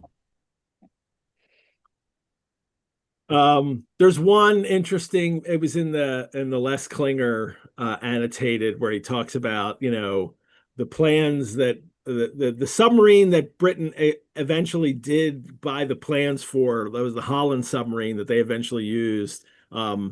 Holland actually was the guy who was stealing this stuff. So then he kind of steals the info and then sells back the plans. Doyle kind of picks on the Admiralty, or that arm of British military service. I mean, the naval treaty technically, is the loss of, it's a naval treaty. The submarine plans stolen. I don't remember a story where the army have their plans stolen. It's interesting. I wonder if Doyle thinks, as a lot of people do at the time, that is going to be crucial for England, is to get their naval armaments and their, And I said, Doyle didn't have naval military experience, but, Joanna Littleton on the YouTube channel pointed out that, Doyle was a ship's doctor, of course, in the 1880s. He definitely, knew sailing. He went, it was like to be on a multiple times. Yeah. I don't think but he knew what the Navy was. yeah, He knew what yeah, it was like yeah, to be on a ship. yep, that's right. Um, well, these plans were really secure. There was an elaborate safe. It was a confidential office. There were bulletproof burglar-proof doors and windows. Um, and only certain people had the keys. At least the director didn't take these plans home with him every night, like in Second Stain, or like, oh, no, they wouldn't be safe here. I better take them home. Or back in Barrel Coronet when he's like, oh, I better take this in my house and put it That's in my wooden bureau drawer. That's where it'll be really safe. At least Doyle's learned that lesson for his story. The safe at work should be the but safest. Now, it's clearly not. Somebody can still steal it. you need 3 keys to get to it. Yeah. And this is, Mycroft tells him, you must drop everything. Never mind your usual petty puzzles of the police court, with Lestrade standing right here, Yeah. um, it's a vital international problem you have to solve, and you will have done good service for your country. He must help him. Um, and uh, and Sherlock says, what? Well, why don't you solve it, Mycroft? Yeah. You can see as far as I, and then we get the great difference between them is that, Mycroft says, if I could sit in the chair and just in an armchair and just do it, I would. But to run here and run there, to cross-question railway guards, to lie on my face with a lens to my eye, it is not my métier. Mhm. And that's not what Mycroft does. He can't do that. And we'll see later why. I mean, there's a very specific reason. He understands Sherlock can solve this and he can't. And Yep. it's true, and that's what happens. And he even tempts Sherlock with his name on the honors list. Yeah. Which, I love this point because Sherlock says back, I play the game for the game's own sake, Mhm. which is absolutely not true. He plays the money is a very important part of, he may take on the problems based on the problem, but many of those problems lead to magnificent rewards. Yeah. And it's interesting that honors are not the kind of reward he. And he does turn down a knighthood, Yes, yes, Mhm. he does. That comes up later on. but Doyle did not. Did Doyle turn it down early on and then accept one later? I can't remember. I think Doyle got his knighthood for his Well, he work gets on it. the Yeah. Boer War. Yeah. Mhm. Yeah, But he did accept it. And yeah, he right did. around the time when he accepts it, he does have Sherlock in a story talking about how he's not accepting it. Yep, It's like yep. this. He gets to say that through a character. Oh, I wouldn't want that. But in real life, I mean, especially in his time, he'd be crazy not to take you. Like, you need to take it. That's going to help you. Yeah. Absolutely. Well, this kind of came up in my Scion last month when we were reading The Devil's Foot, because that talks about Watson starts out by saying, I've continually been faced by difficulties caused by Holmes' aversion to publicity. Mm. And so it's like, is that Uh, really true? so it might Yeah. be his name appearing in the honors list that's the problem, Yeah. not the, yeah. Sherlock still loves to have his name out. I mean, and I think Doyle's aware of it. Like, he's aware that Mhm. Sherlock understands he likes the attention, but then likes to say that he doesn't like the attention. No, That is Yeah. part of his of this he character. thinks he doth protest too Well, much. and that story does continue with Holmes sending Watson a telegram that goes, "Tell him about the Cornish horror." So, all right, They so we're back to the whole not lying on his face. Sherlock plays the game for its own sake, and then Mycroft gives him more essentials. And we just learned that Sir James Walter is in charge of everything. He's one of the two people that has the key to the safe. He has a brother, Colonel Valentine Walter, who he only mentions because he, found out he helps provide the alibi for his brother. And what's fascinating about that is, and we know we read this story. It's not a spoiler free show. We don't need to be, but Yeah. that's the guy behind this. And Doyle doesn't give us anything to tip that off. Like, there's like the way he talks about him and how he's connected here, there's no thing there was like, oh, is that a clue? I mean, I don't think there is. It's just an offhand. Yeah. This is a person. He gave him a thing, and and then he'll do it later when we meet him. He makes sure we don't suspect him. And then there's the senior clerk, Mr. Sidney Johnson. All these people will wind up seeing in the story later. And Cadogan West, he's the one that's been found dead. That's 10 his years. last name, though. His first name is Arthur. Arthur Cadogan West. Yes. Thank you. He had a double-barreled last name. Do they? Yeah, and I'd forgotten that. Are we? Or was it kind of an Arthur Conan Doyle kind of not double-barreled last name? I mean, Bruce-Partington is hyphenated in this story. That is right. And I assumed that someone named, Barry Bruce-Partington invented it, but maybe it was two people named Bruce and Partington. Well, that's what Dakin argues about. He thinks it's two people, that Bruce and Partington. I'd forgotten that it was Arthur because it is mentioned early in the story, and then his fiance later calls him Arthur. Yeah. So it's Cadogan West. ACW. So yeah.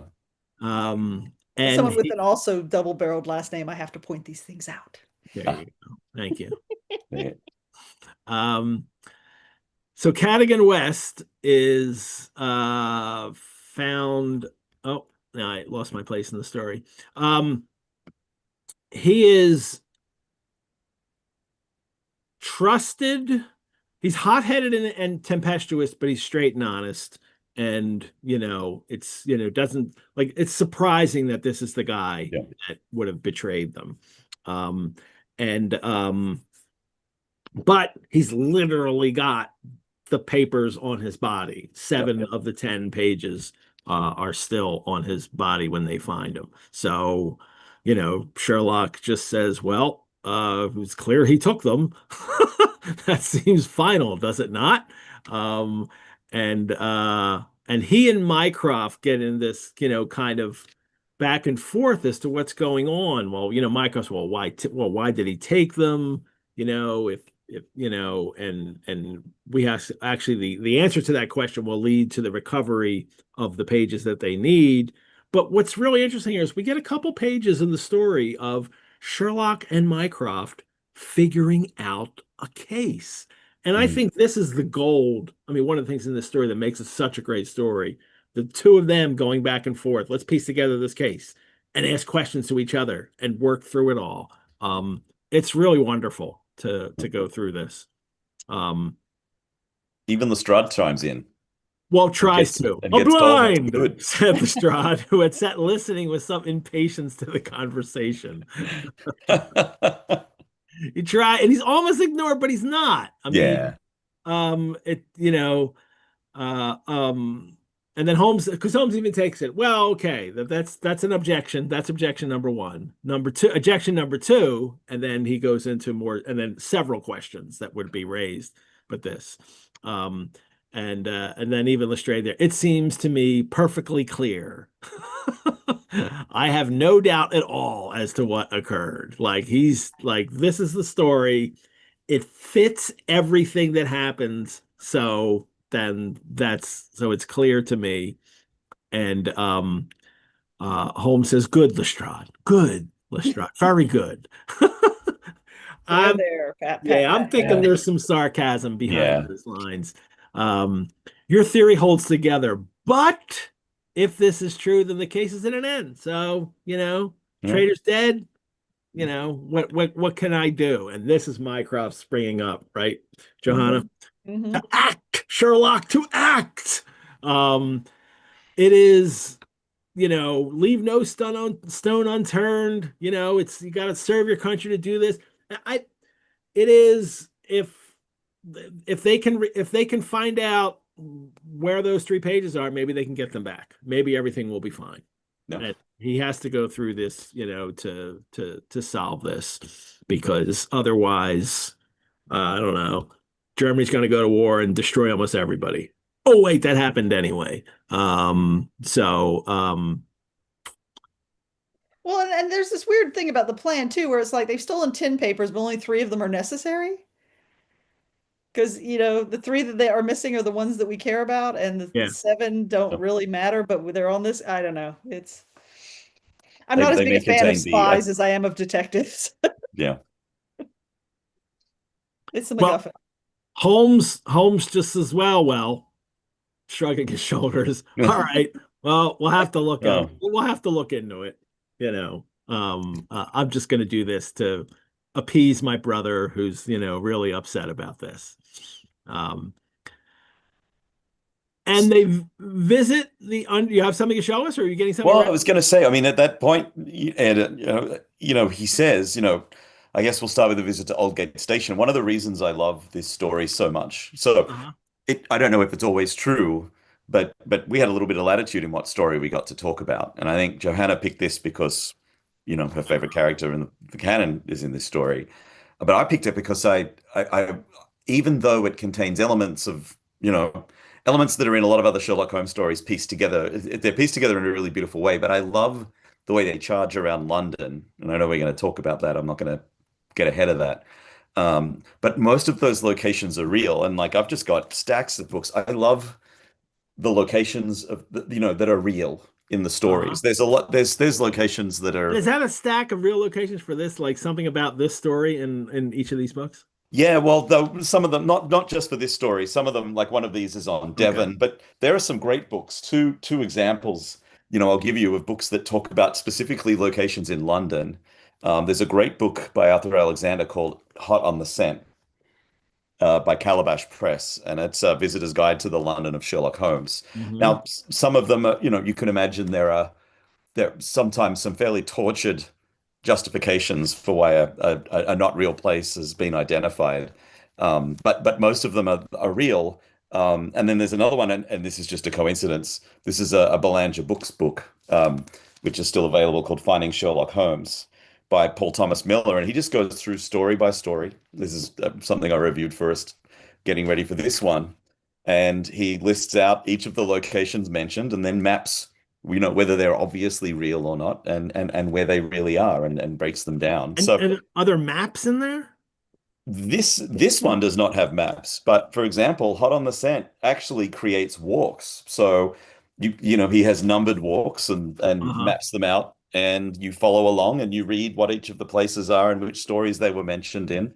And this is one of those stories where you can go to all the places mentioned in this story if Yeah. you're in London. They might not be all glamorous locations, but it's real. You're really there in London with them. And It's you could go to magnificent. Aldgate Station. This is the first place they Yeah, go. that's where we're Yeah. going now. Yeah. Yeah. Well, this is they visit the scene of the and it says Underground Railroad because this is places where it would come out from underground. Yeah. That's, but they where the body was found, they go to this one point at the point where it emerges from the tunnel immediately before Aldgate Station. Um and they meet the railroad employee there. And then suddenly Holmes is, why, whatever's the matter with Mr. Holmes? My friend was standing with an expression of strained intensity upon his face, staring at the railway metals where they curved out of the tunnel. And he's struck by the points of the rails, points being the places that where the rails, the tracks switch Which there. Yeah. Um, and uh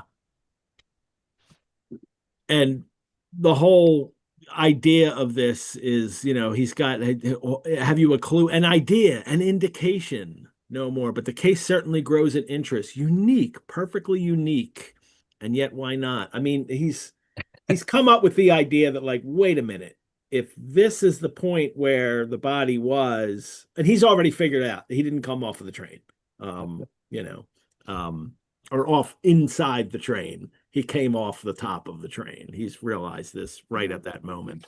Um, uh, and which he frequently does when you go back and reread stories, you could yeah, see where Holmes realized certain points, but he doesn't tell Watson yet. yeah. Um, and he explains there's no blood here. Why wasn't there blood? And Lestrade's like, well, we examined all the carriages. It was one of my friend's most obvious weaknesses that he was impatient with less alert intelligences than his own. Everyone. Yeah, everyone. Everyone. Um, and Although he seems to be annoyed with Mycroft, but for different reasons. So, because he thinks he knows everything, and Sherlock also knows he knows everything. So, um, they have that rivalry thing going on, it You seems. can never escape the older sibling. They will Yes. always be older than you.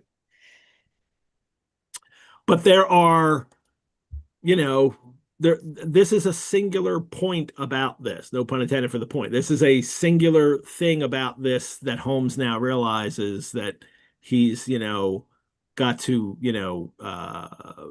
this is the clue that he can now use to piece the rest of this together. He sends a telegram to Mycroft. Some light, see some light in the darkness. Give me a list of the spies. Oh, there's the telegram. That's what they look like. Yep. That's the form you would fill out, right? That's right. That's the form you'd fill out when you get to the post office or telegram office, word by What do you word. And think- you're charged by the word. So Yeah, what do you think the telegraph operator thought about the whole, just send me all the spies and then yeah, that's right. Complete list of all foreign spies or international agents. Yeah.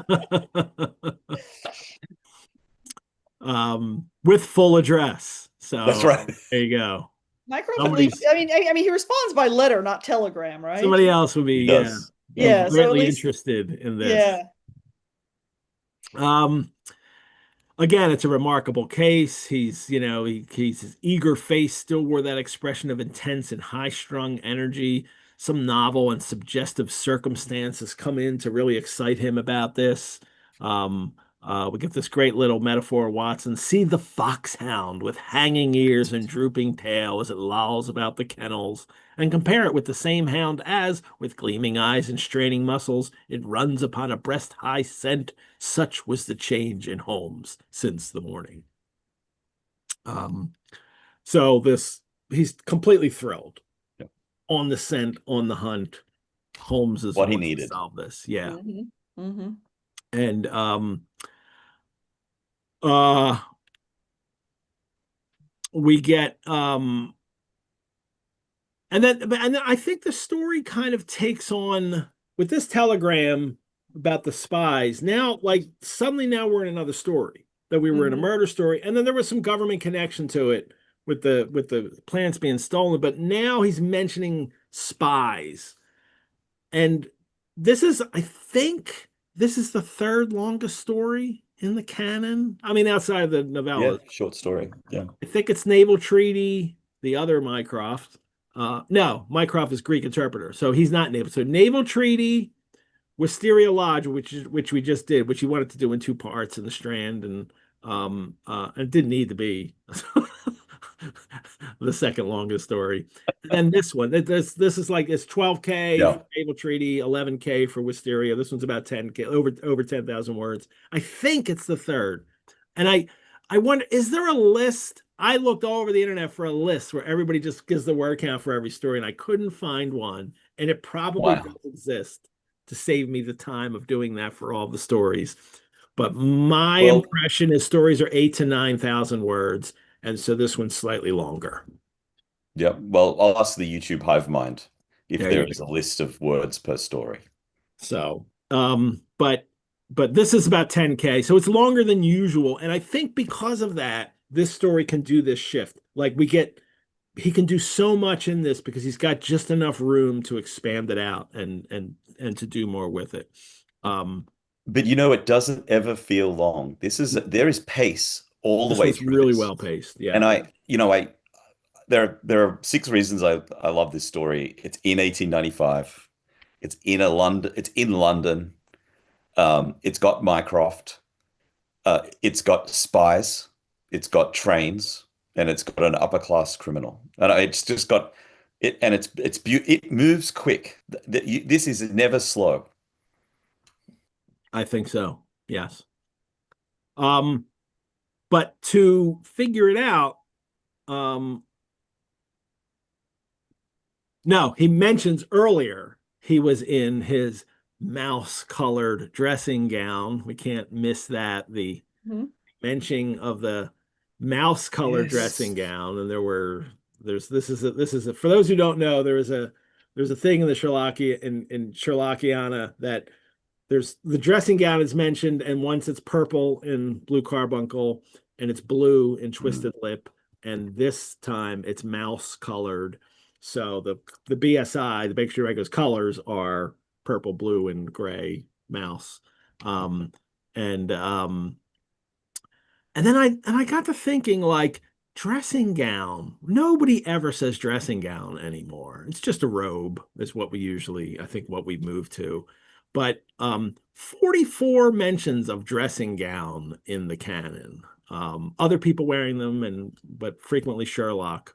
Um, that's a common article then, and a common term for an Sure. article Yeah, of your, robe. But people wore it over clothes then. that's right. Now Yep. people don't wear a robe over the clothes so much. But Well, you had to be properly dressed when the maid came in to bring you a telegram, of course. yes, That's right. The bachelor apartment. I like the idea that the dressing gown just faded a lot. I mean, you got a guy doing experiments in it. It probably yes, got washed a lot, it was hopefully. purple, Hopefully. then it was blue, now it's mouse. It's Yeah, nice to think of his dressing gown as a lab coat, actually, Johanna. That's sensible because you don't want to damage the clothes underneath. Yeah. right. There you go. They so now it's he's trying to figure it out. This is a dark, I can't, the end is dark to me also, he tells Watson. And then he reveals that the Yeah. body was on the roof of Mhm. the carriage. Um, Now he can move on. And this is where Mycroft couldn't have solved this, because Yeah. Mycroft can't go to the scene and Yeah. see that. But I love that by revealing fairly early exactly what has happened to the body or what the hypothesis is. It's not just a whodunit, it's a howdunit. Yeah. And it's really nice to sort of follow them along. They have to find out who, but they also have to work out how. Yeah. It's really hard to And, chuck a and it's body up not on. over. And it's like, Oh, finding no. that out doesn't end things. That's the hypothesis. Key moment to finding out what it is, and something Mycroft never could have done, because he's not going to go down to the train station and walk around the tracks, and Well, that's saying the body fell off the roof just brings up so many other questions. it does. Yeah. Like, how did the body get on the roof? Yep. Yeah, and I numbered out the locations, Ed. I mean, they have 9 more places to visit. There are 9 more locations in this story Well, and to we have get to move to. along because my favorite line in the entire canon comes much later in the story. We'll get there. Don't worry. Yeah, yeah. Hang in there, Joanna. It also makes me doubt Mycroft's real abilities in the Mm. government, in Right. that, yes, he can be a strategist and get all this information in, but he is a person who is never, ever on the scene. Like, he doesn't really know what it's like in the streets of, or in Siam. He's just relying on what people are telling him, and then just abstractly putting these ideas together to form solutions. The And argument is that that's what allows you to make the solutions from a government perspective. I don't like it, but yes, and Yeah. yes, and Yeah. and it ignores real people. yeah. Right. Yeah. Um, Well, we are talking about the guy who created a club where you can't talk. yes, I don't think he likes people very much.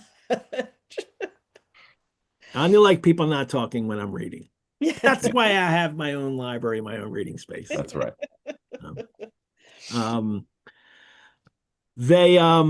So he tells Watson this on the roof, and he's amazed, because Watson's always amazed. And then, this is where it would have fallen because of the switches and the tracks, and so he's, and the ticket, this is why he didn't have a ticket. Everything fits together. But no, not everything fits together. He realizes, like, oh, now, like, I've got to figure all the rest of this out now, how he came there, and this. Well, they go to Sir James Walter first. Yep. And they find out he has died, which seems really suspicious, but then we don't get any information about it. No, I have a question at the end about that. And this could be a key moment where he really throws light on Colonel Valentine and decides not to. Doyle really holds back, so we don't get tipped off what's going on here. I mean, it says he broke it. It doesn't really say why he died. But he says that this episode broke his heart. Yeah, and I think dying of a broken heart was not an uncommon sort of saying then. But I don't know that it was a broken heart. At We least it's not brain fever. That's true. Yes. He needed to be a little younger to get brain fever. I, So I it's think the usually, women Yeah. get usually the brain younger fever. people. Yeah, Yeah. and Percy Phelps in Naval Treaty. So, No. Yes. um, And there is a butler here, but the butler didn't do it. We're just going to yeah. plot spoil. Well, I was going to say the idea of a second body is very Agatha Christie in that, you Mm. got to have the second body to figure out it's really murder. But that leads into, no, apparently this was, or at least we're told it was natural Well, causes. Sherlock says, or whether the poor old fellow killed himself, and they're just not Yeah. saying that out loud. Mhm. Broken And heart. that is a serious possibility Yeah. when we get to the end and we find out, when we know what he knows. Now he goes to visit the fiancée, Violet Westbury. Doyle loves violets, doesn't he? Absolutely. Violet Hunter in Copperfield, or Copper Beaches. Yep. Copperfield's Dickens. Sorry, Jones. Copper Beaches is Violet Hunter. Violet Smith is Solitary Cyclist. Violet de Merville. We haven't Yes. gotten her yet. We will sometime in the future. Doyle really likes Violet. But this Violet isn't the heroine of the story. So this is like, but even a minor character, like, sure, Violet. He's got to come up with a name for her. He likes Violet. And she's a new widow here now. Yeah. No, she was just a fiancée, so. She wasn't married that's yet. true. Good Yeah. coach. She's just single now. Yes. She's now available, boys. That's right. That's right. Is Watson hitting on her? I mean, No, and we don't No. get she's just a he's- white-faced young lady who introduced herself. Usually it's like, if she was good looking, we would know. Because Although Watson would have gone yeah. on for a paragraph about her striking features. Yeah, Dor Steele did a good job in the illustrations you shared of making her look pretty haggard and drawn. Yeah. Which makes sense given what she's just gone through. Not only that he's dead, but that he's suspected of having, been betraying his country. Well, what Violet tells him here is what we learn is that that Arthur Cadogan West was a little worried recently, and even the whole, and it looks bad for him. Even Holmes is like, this is looking like this guy did it. But Watson also notices the flaw in the stories. But well, what about the ticket? We still haven't, solved that, right? No, Watson knows. Why would he just leave her? That's the weird thing here. Like, this doesn't seem like somebody's planning this out, that to suddenly abandon his fiancée in the middle of a caper where he was stealing plans isn't part of it. And Holmes is like, yeah, you're right. There is objections. We still have to work this out. Now they go to Sidney Johnson, who was Cadogan West's, boss, in the middle between Sir James Walter and West. And then we find out Sir James Walter had all the keys, and he's the only one who had all the keys. Yeah.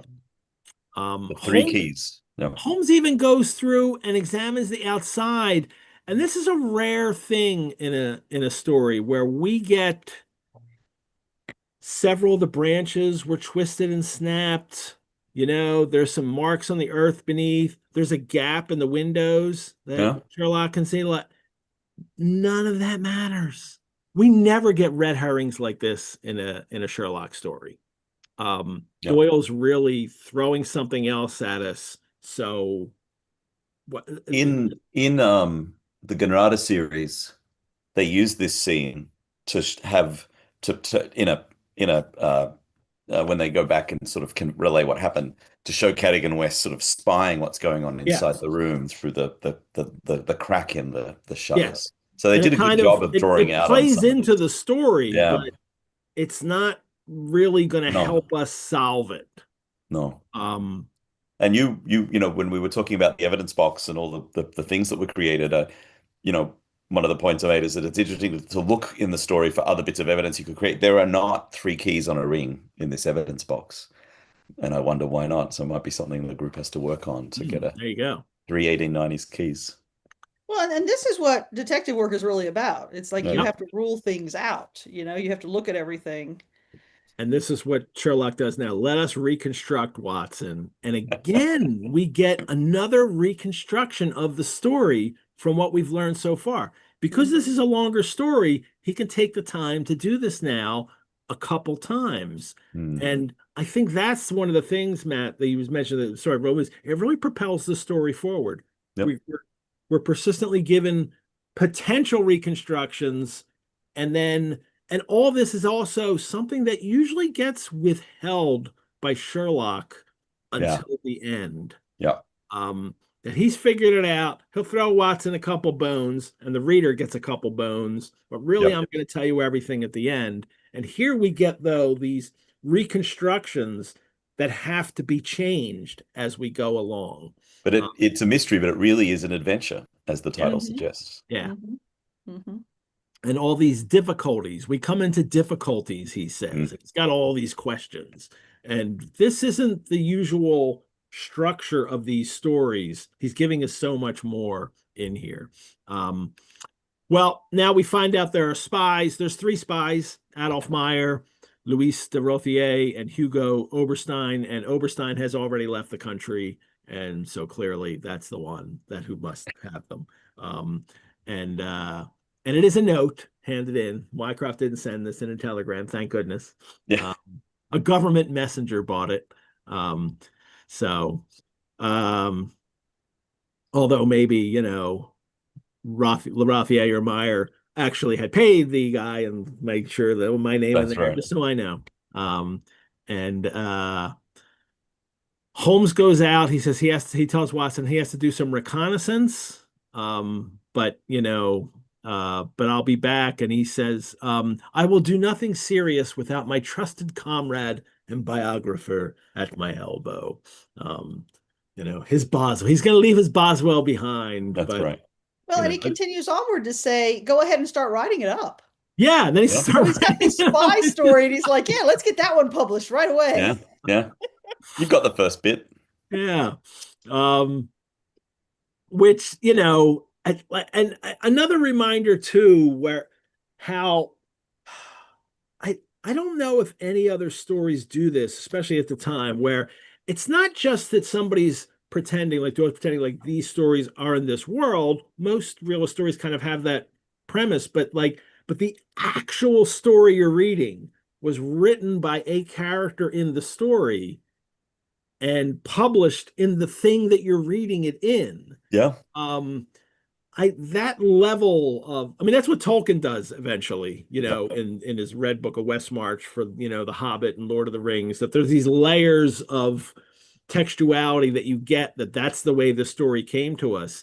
And Doyle's doing it before that in a very simple way that adds this kind of dimension that makes it real. No wonder absolutely. Sherlockian studies are born, I think. Yeah.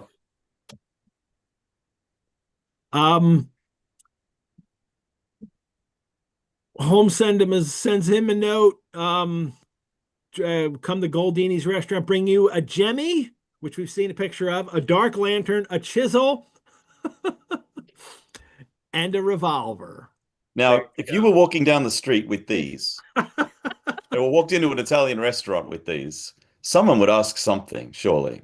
I assume depends on the restaurant. Well, it's awfully big pockets is all I can say, because he puts them all in his overcoat. Now, maybe the lantern was smaller, because we've seen some that are like card-shaped, deck cards, right? Yeah. I stowed them all discreetly away in my overcoat. That's funny. I hadn't noticed that. Thank you for pointing that out. Yes. And they go to the restaurant. Because it was illegal to own these. Yeah. It wasn't illegal to own them. Well, carry them around with you. Yeah. Yeah, that's right. To carry, if you're a suspicious character, then and you didn't have a lawful excuse for why you had those things. Well, Holmes will comment on this in a minute, and he says that when they go off to the place, he says, he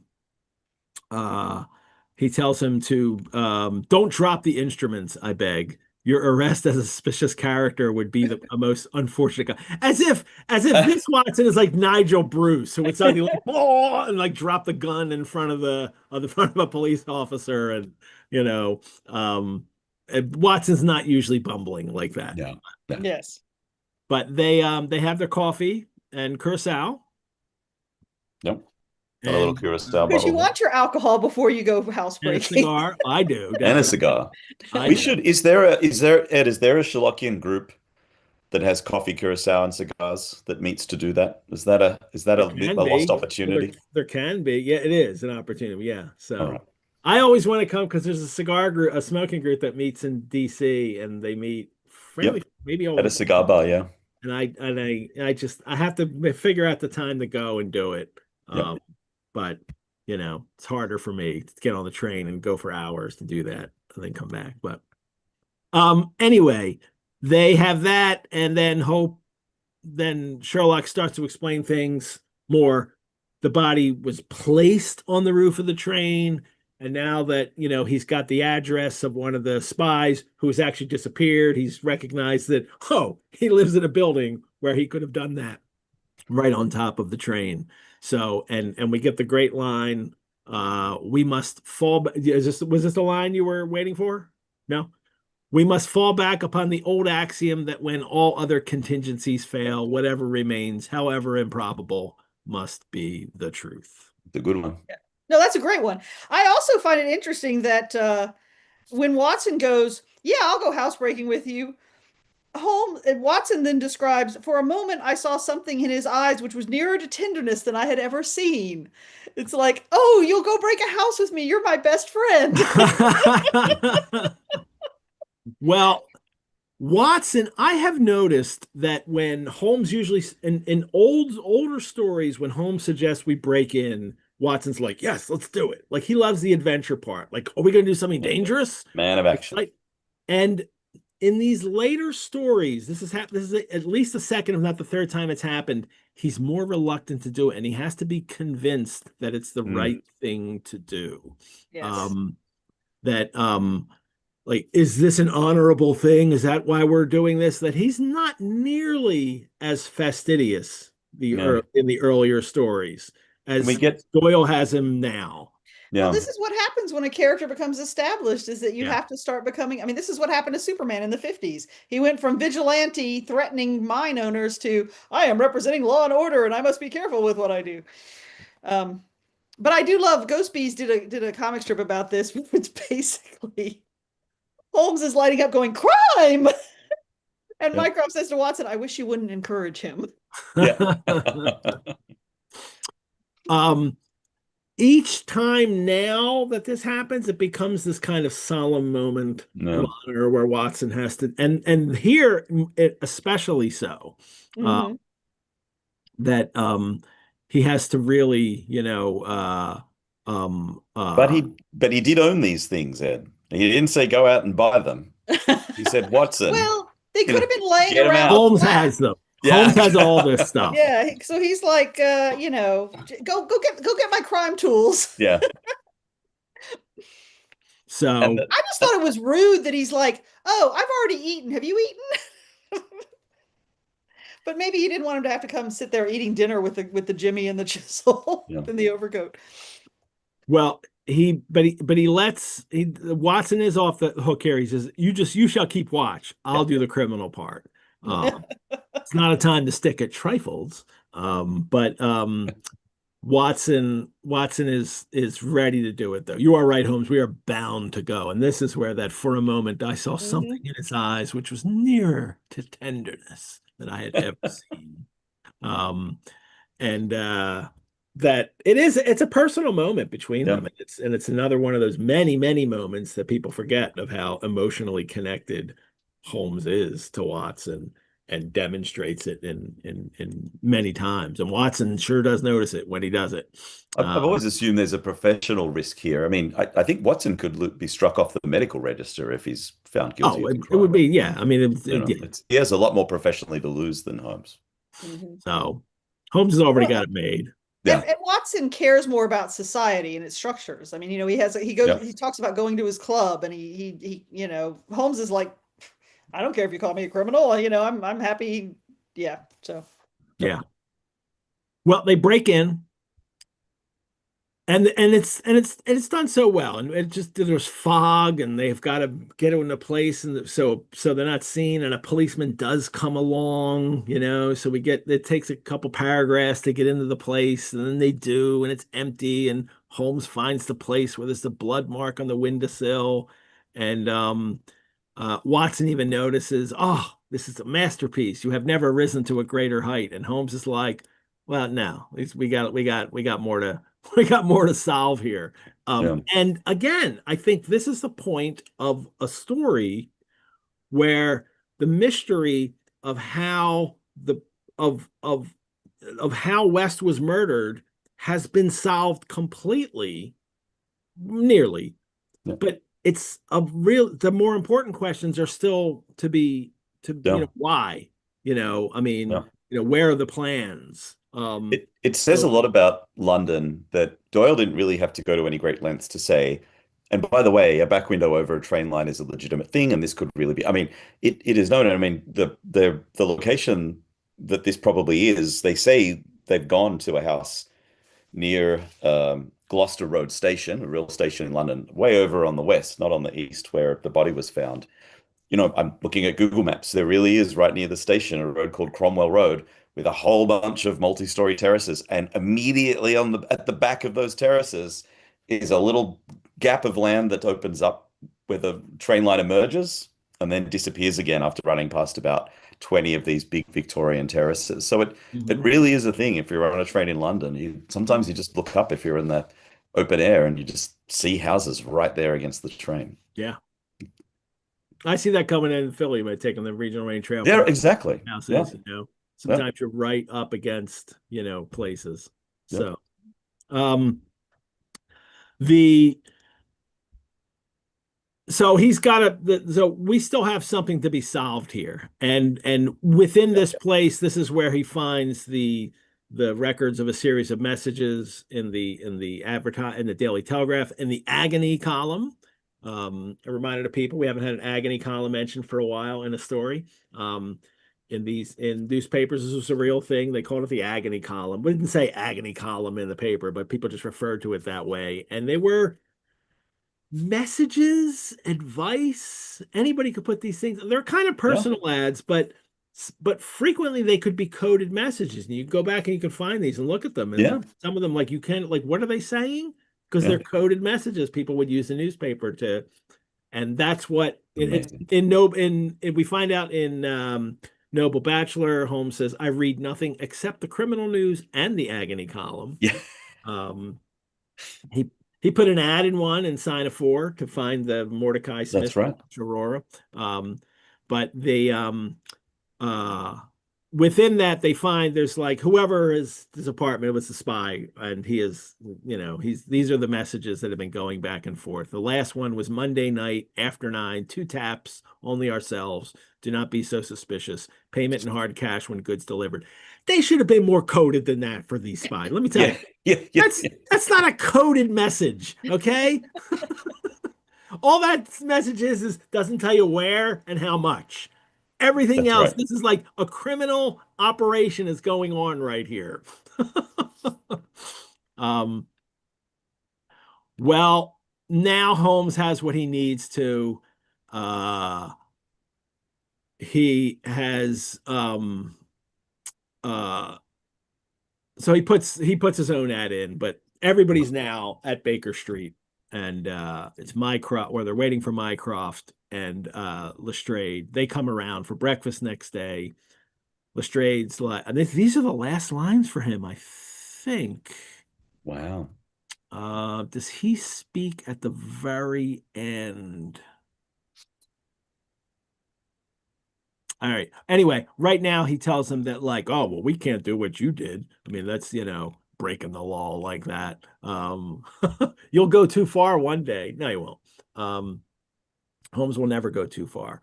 But he says, for England, home, and beauty, Watson, martyrs on the altar of our country. I love how he makes light of it. And so he has an answer in the agony column tonight, same hour, same place, 2 taps, most vital. What kind of Gosh. code knock is just 2 knocks? That's it? Really? Should be something a little more elaborate than Yeah. 2 knocks. Shaving a haircut. Yeah. um, and now they have to go back to Caulfield Gardens to catch who they think will be Oberstein, or is it Oberstein? Where is it? Yep. Mhm.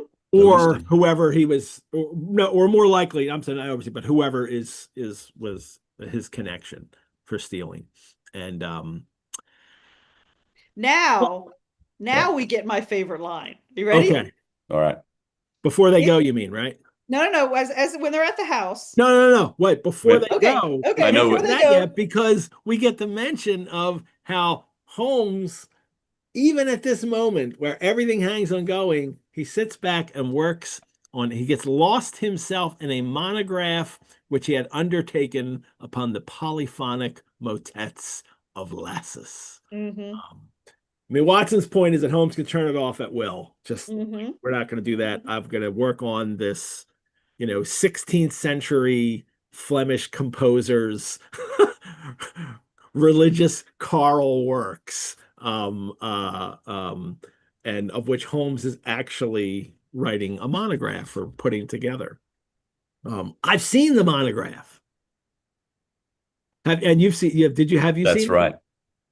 At the Grolier Club in New York is where at I the saw it. Grolier Club exhibition a couple years ago, or a year and a half ago? They had an exhibition called Imaginary Books by Reed Byers, the curator, and he created most of these books in it. Mhm. And they're all books that are mentioned in other fictional works that aren't real, or or things that Yeah, were never completed. I was distracted at that exhibition by seeing Harriet Vane's novels. Yeah. Yeah. That was my favorite, yes, but it was a wonderful exhibition.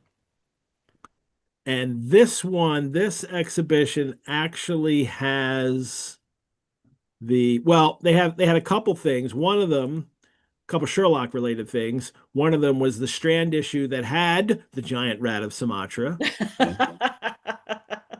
Rare. Very rare. Yes, very rare one. And here is, I took this picture in the cabinet. I'll show a better picture. Is the original manuscript for On the Polyphonic Motets of Lassus by Sherlock Holmes. And you can see at the bottom of this leather cover for the book, it says down here Holmes, and he even had his name stamped on this. So we know it's authentic. This was the one. And here's a better picture of it.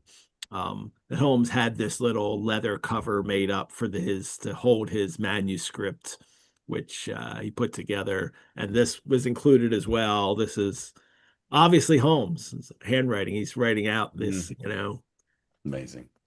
thing here. So a motet is a vocal composition, and it's polyphonic because there are many people singing, usually different parts that come together. Yes. I was at the National Gallery of Canada in Ottawa a few years ago, and part of it is an old convent, and so there's a reconstructed chapel inside the gallery, and they have 40 speakers playing a motet, all the different pieces of a motet, as though there were 40 voices around the room. It's pretty remarkable. I took a couple of videos of it at the time. I'll put a link in the YouTube channel in case anyone wants to click on the video and listen to what these sound like. And And something that is not surprising, Holmes would be like, it's an unusual, complicated thing that perhaps would yeah, inspire his interest. Not just a song. It's a yeah. and isn't also Latin. polyphonic motet, isn't that also redundant? Like all motets are That is a great polyphonic? question. I think all motets are polyphonic. It's like it's in the definition of Right. what a motet Yeah. is. There's also your friends Ed who run the Trifles podcast. Scott Monty and Burt Walder had a really great podcast episode. They have a about whole that. episode on it. I think it's 182. Yeah, so I just popped the link for that in YouTube for you as well. That's what Holmes is busy working on when he's waiting to go to catch the master criminal of this case. It's good to switch off, just unwind. Yeah. And also this is also a note too, that like that original list when Watson first meets Holmes of the things that he knows, It's like he doesn't know anything except what's related to crime. And then over the years, we have found out that no, Holmes is an absolute polymath. He knows something about everything, and some things he's becomes expert in just by his attention to them, like medieval music, early English charters, stuff that isn't it's not connected to crime. Yeah. I don't know, maybe Good to have a hobby. somebody stole a motet and there was, and he has to Yeah, find that's out. right. Recovered stolen motets. Um, well, they go back to the lair, Yep. um, uh, uh, uh, uh, where they're going to catch him.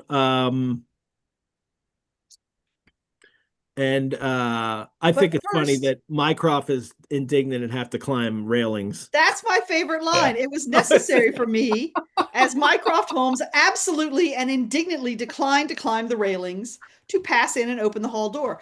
I'm fine with going and breaking in with you, Sherlock. I just won't be ungraceful while I'm doing it. I'm not climbing a railing. So, So, well, there are certain physical activities that I would say, yeah, I'm not doing that. Yeah. If you don't go open yeah. a door, I'm not getting in. But it's the absolutely and indignantly. How dare you think I would climb the railings? Go open the door, Watson. Plus, then we get them sitting around, and Holmes is fine. Watson is watching Holmes, and then Lestrade and Mycroft are fidgeting and looking twice a minute at their watches. So they don't like the stakeout bit either. But Holmes waits, and then finally someone comes in. Well, first he knocks, I guess, the double knock, the secret double knock.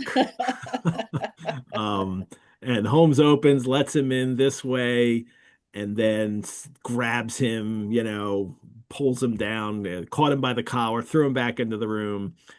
His broad-brimmed hat flew from his head. His cravat slipped down from his lips. I guess he's like, got the old mask on here with just the scarf. And there was the long, light beard and the soft, handsome, delicate features of Colonel Valentine Walter. Holmes gave a whistle of surprise. You can write me down an ass this time, Watson. That's a great line. How come that doesn't make it into the Yeah. great quotes from Sherlock? You can write me down as an ass this time, Watson. It's not quite elementary, my dear Watson, but it even has Watson in it. This was not the bird that I was looking for. Even Sherlock is shocked that this is who it is. And so are we. I mean, I can't imagine your first time reading the story, you would have all thought that there was any connection going on there because he doesn't hint at it. No. But Mycroft doesn't know who he is either. So clearly he's not been considered of importance. No. Yep. So they have the how, but not the who. And it's possible that just being a colonel, I mean, there's a comment earlier about a civil servant would not lie. I realize a colonel is a form of civil servant. It's not quite the same, but I think there is an air of uncorruptibility about this part of society. I don't know. I think about the most famous colonel, who's just Sebastian Moran. Yeah, that's true. But Doyle tends to really have a class bias. There's sort of but they wouldn't do that kind of thing. Yeah. Well, Lauren Ann asks in the chat, who was Sherlock expecting? Which is a really interesting question. That is good because he's surprised, meaning I wasn't expecting this person, but we never get a mention of who maybe he was suspecting. Was he expecting Oberstein to show up? Klinger's annotations suggest, based on Nathan Bingus, that it was Sidney Johnson, the senior clerk, because he was the only other person that had any of the keys. And some of the opportunity. Yeah. But nobody had and what we discover is the only person with access, the only person who had all the keys was James Walter. And so Valentine had better access than anybody else would have. Absolutely. I was expecting the butler. That winds up what was, happening here. And then even West suspected something was going on and was keeping an eye on him. That's what had him worried. And then when he sees him that night, he follows him and then is murdered. Now Holmes, of course, accuses, Valentine of the murder here, and then he tells him, no, that's not what happened. West came, confronted me here, and Oberstein murdered him. Well, you know, and we're told it in such a way that it seems believable. I would say that if they followed him, Woolwich is all the way over this side of London. And the station, Gloucester Road Station, is all the way over the other side of London. So to see him in Woolwich and tail him all the way to this home on the other side of London, that was a pretty remarkable feat by Cadogan West to get all the way there before he was discovered and murdered. Well, it's very convenient that the person who's not there to tell the story is the one who's responsible for the murder. Oh no, I had nothing to do with it. Yes. Well, Oberstein did kill him when he came in. He killed him Yep. because he has a short life preserver. That's do you have a life preserver in there? I do not have a life preserver. That is excellent. I will. And it's fascinating that name for what we think of as something that saves your life is what they used to call like a blackjack, like something that would end it would save my life by ending your life. And a common term you'll see mentioned in Victorian novels about a life preserver. It just means something that like a blackjack, a weighted, rod or something that you hit somebody on the head with. Yeah. Well, preserved Oberstein's life. Yes, and then the story that Oberstein, realized that, well, because Valentine Walter wasn't willing to let him have all the papers, but he says it doesn't matter now. I'll take the 3 and we'll leave the rest on him. And they have a fall guy. Now they have a fall guy because he's dead. And they use him as the fall guy. And then, but Sir James Walter, who died, he suspected his brother was behind this. And that's what we find out now. He said nothing. Valentine says, he said nothing, but he had caught me once with his keys, and I think that he suspected, and I read in his eyes that he suspected. As you know, he never held up his head again. But we don't get the mention of why he died, how he died. That I don't think this story hints that maybe Colonel Valentine killed his brother because he suspected him. Although you could see he's lying the whole time, maybe. Well, if I was Watson, I'd have ordered an inquest and an autopsy. Yeah. I think that hint. This guy will say anything to anybody to get himself out of trouble. Yeah. Well, I think he's a very unbelievable witness. I think the Holmes earlier saying like maybe he killed himself is probably hinting at the thing that would have happened, that he realized, oh my God, not only has this happened under my watch, but my brother did it. Yeah. He kills himself. That's something that this honorable kind of man would do, and especially for somebody like Doyle to think that. But it doesn't solve the problem. He's still got the papers are still with the spies. Yeah. Well, but he doesn't.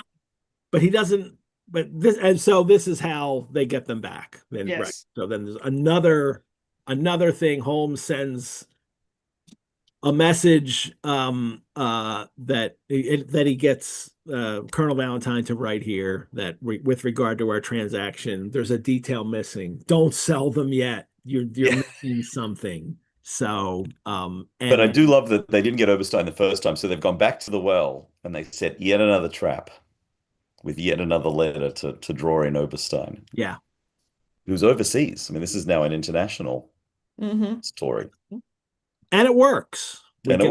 We get this coda, and it is a matter of history, that secret history of a nation, which is often so much more intimate and interesting than its public chronicles. This is a public chronicle. That's right. We're literally getting, and it's not that old. I mean, in a scheme of historical perspective, if it was, 13 years ago, it's, the players a lot of the players are still around. But Oberstein dies, and usually Watson does that kind of thing, like, well, tell us why certain people are dead. I can reveal this now. Here, there's not even a sense of that. It's just like, that just ignores that idea. But Oberstein dies in prison. I'm sorry, no. Oberstein comes over and gets arrested. And in his trunk were found the rest of the plans. Found those 3 pages. They do accelerate at the end. You do wonder in the last long or two long paragraphs where the Doyle thought, you know what, there's 5 more pages in explaining how we then trap Oberstein, but I got to wrap this thing up. This is already pretty long. It And it's could have just like, been a whole nother section of this thing. Like This- there's only so many great revelations before you have to end it. Right. This is what I call the time for cricket ending. yeah. Let me But I get some mean, stuff down so I can go out. he could have taken us into the Charing Cross Hotel. I mean, it sounds like it's going to be really dramatic. Yeah. And then it's like, and then, yeah, it worked out. Yeah. And Colonel Walter dies in prison. Holmes gets to write his monograph on the Polyphonic Motets of Lassus, but only had it printed for private circulation. That's why copies haven't really survived. And Holmes. Yeah, go ahead. Well, the end of the story. Did you have something before that we hit the end? Well, only that as he's relaying, who got what, like the end of a movie where you show the characters and they tell you what happened to them. It's the last page of an Austen novel. Every right. novel ends. The last I like that. Tells what happens to everybody. And he says that Oberstein was safely engulfed for 15 years in a British prison. But Watson's only publishing this story 13 years after the story. So I wonder if there's a little continuity issue there. I didn't catch that. That's great. So we have to doubt everything now. Yeah, that's right. Well, Holmes, my friend, spent a day at Windsor, whence he returned with a remarkably fine emerald pin. Ooh, and there it is, this tie pin. Yeah. I'll share a picture we have too, from that collection. Oh, where is it? I have to click on it first. There it is. There it is. Look at that with a shining. That's an emerald. Let me tell you. But Holmes, the very thing, as we say. Holmes comes back with this, that he was a present from a certain gracious lady in whose interest he had once been fortunate enough to carry out a small commission.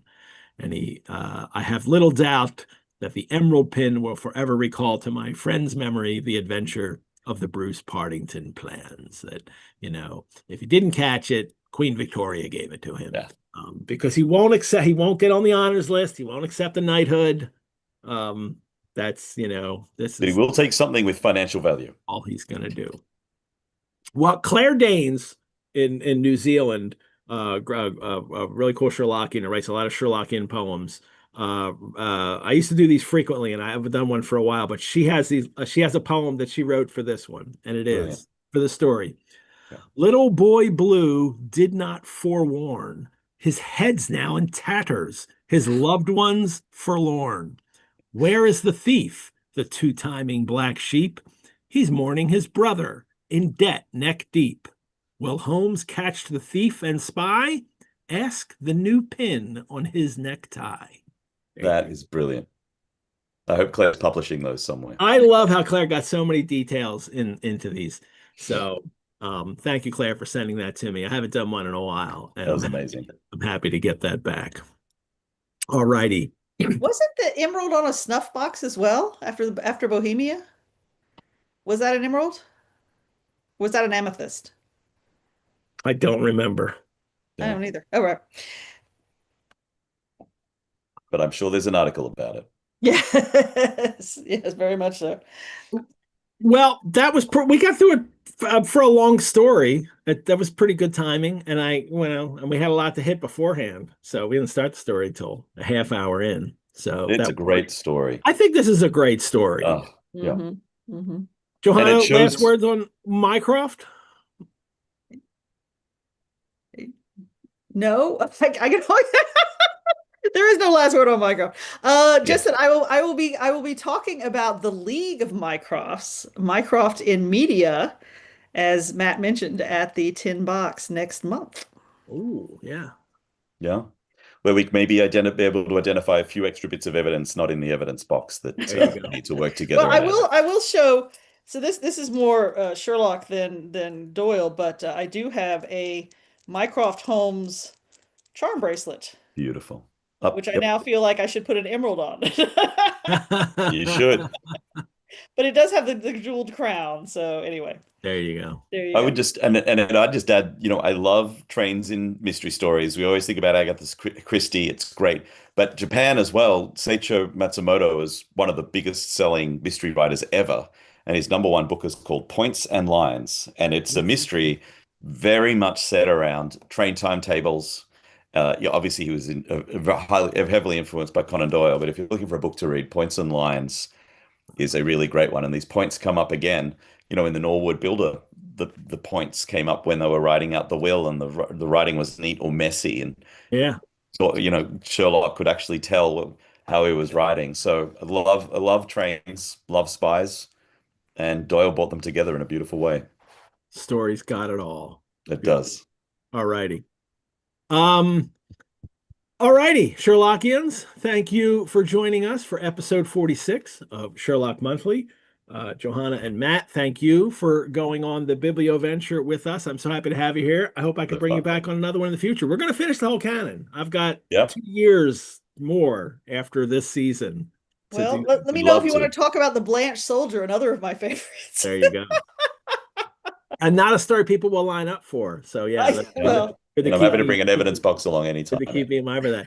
We will return next month to talk about the adventure of the Devil's Foot, Holmes and Watson on holiday in Cornwall. What could go wrong? Detective going on, there you go. Detective going on vacation, no bodies will show up. That's right.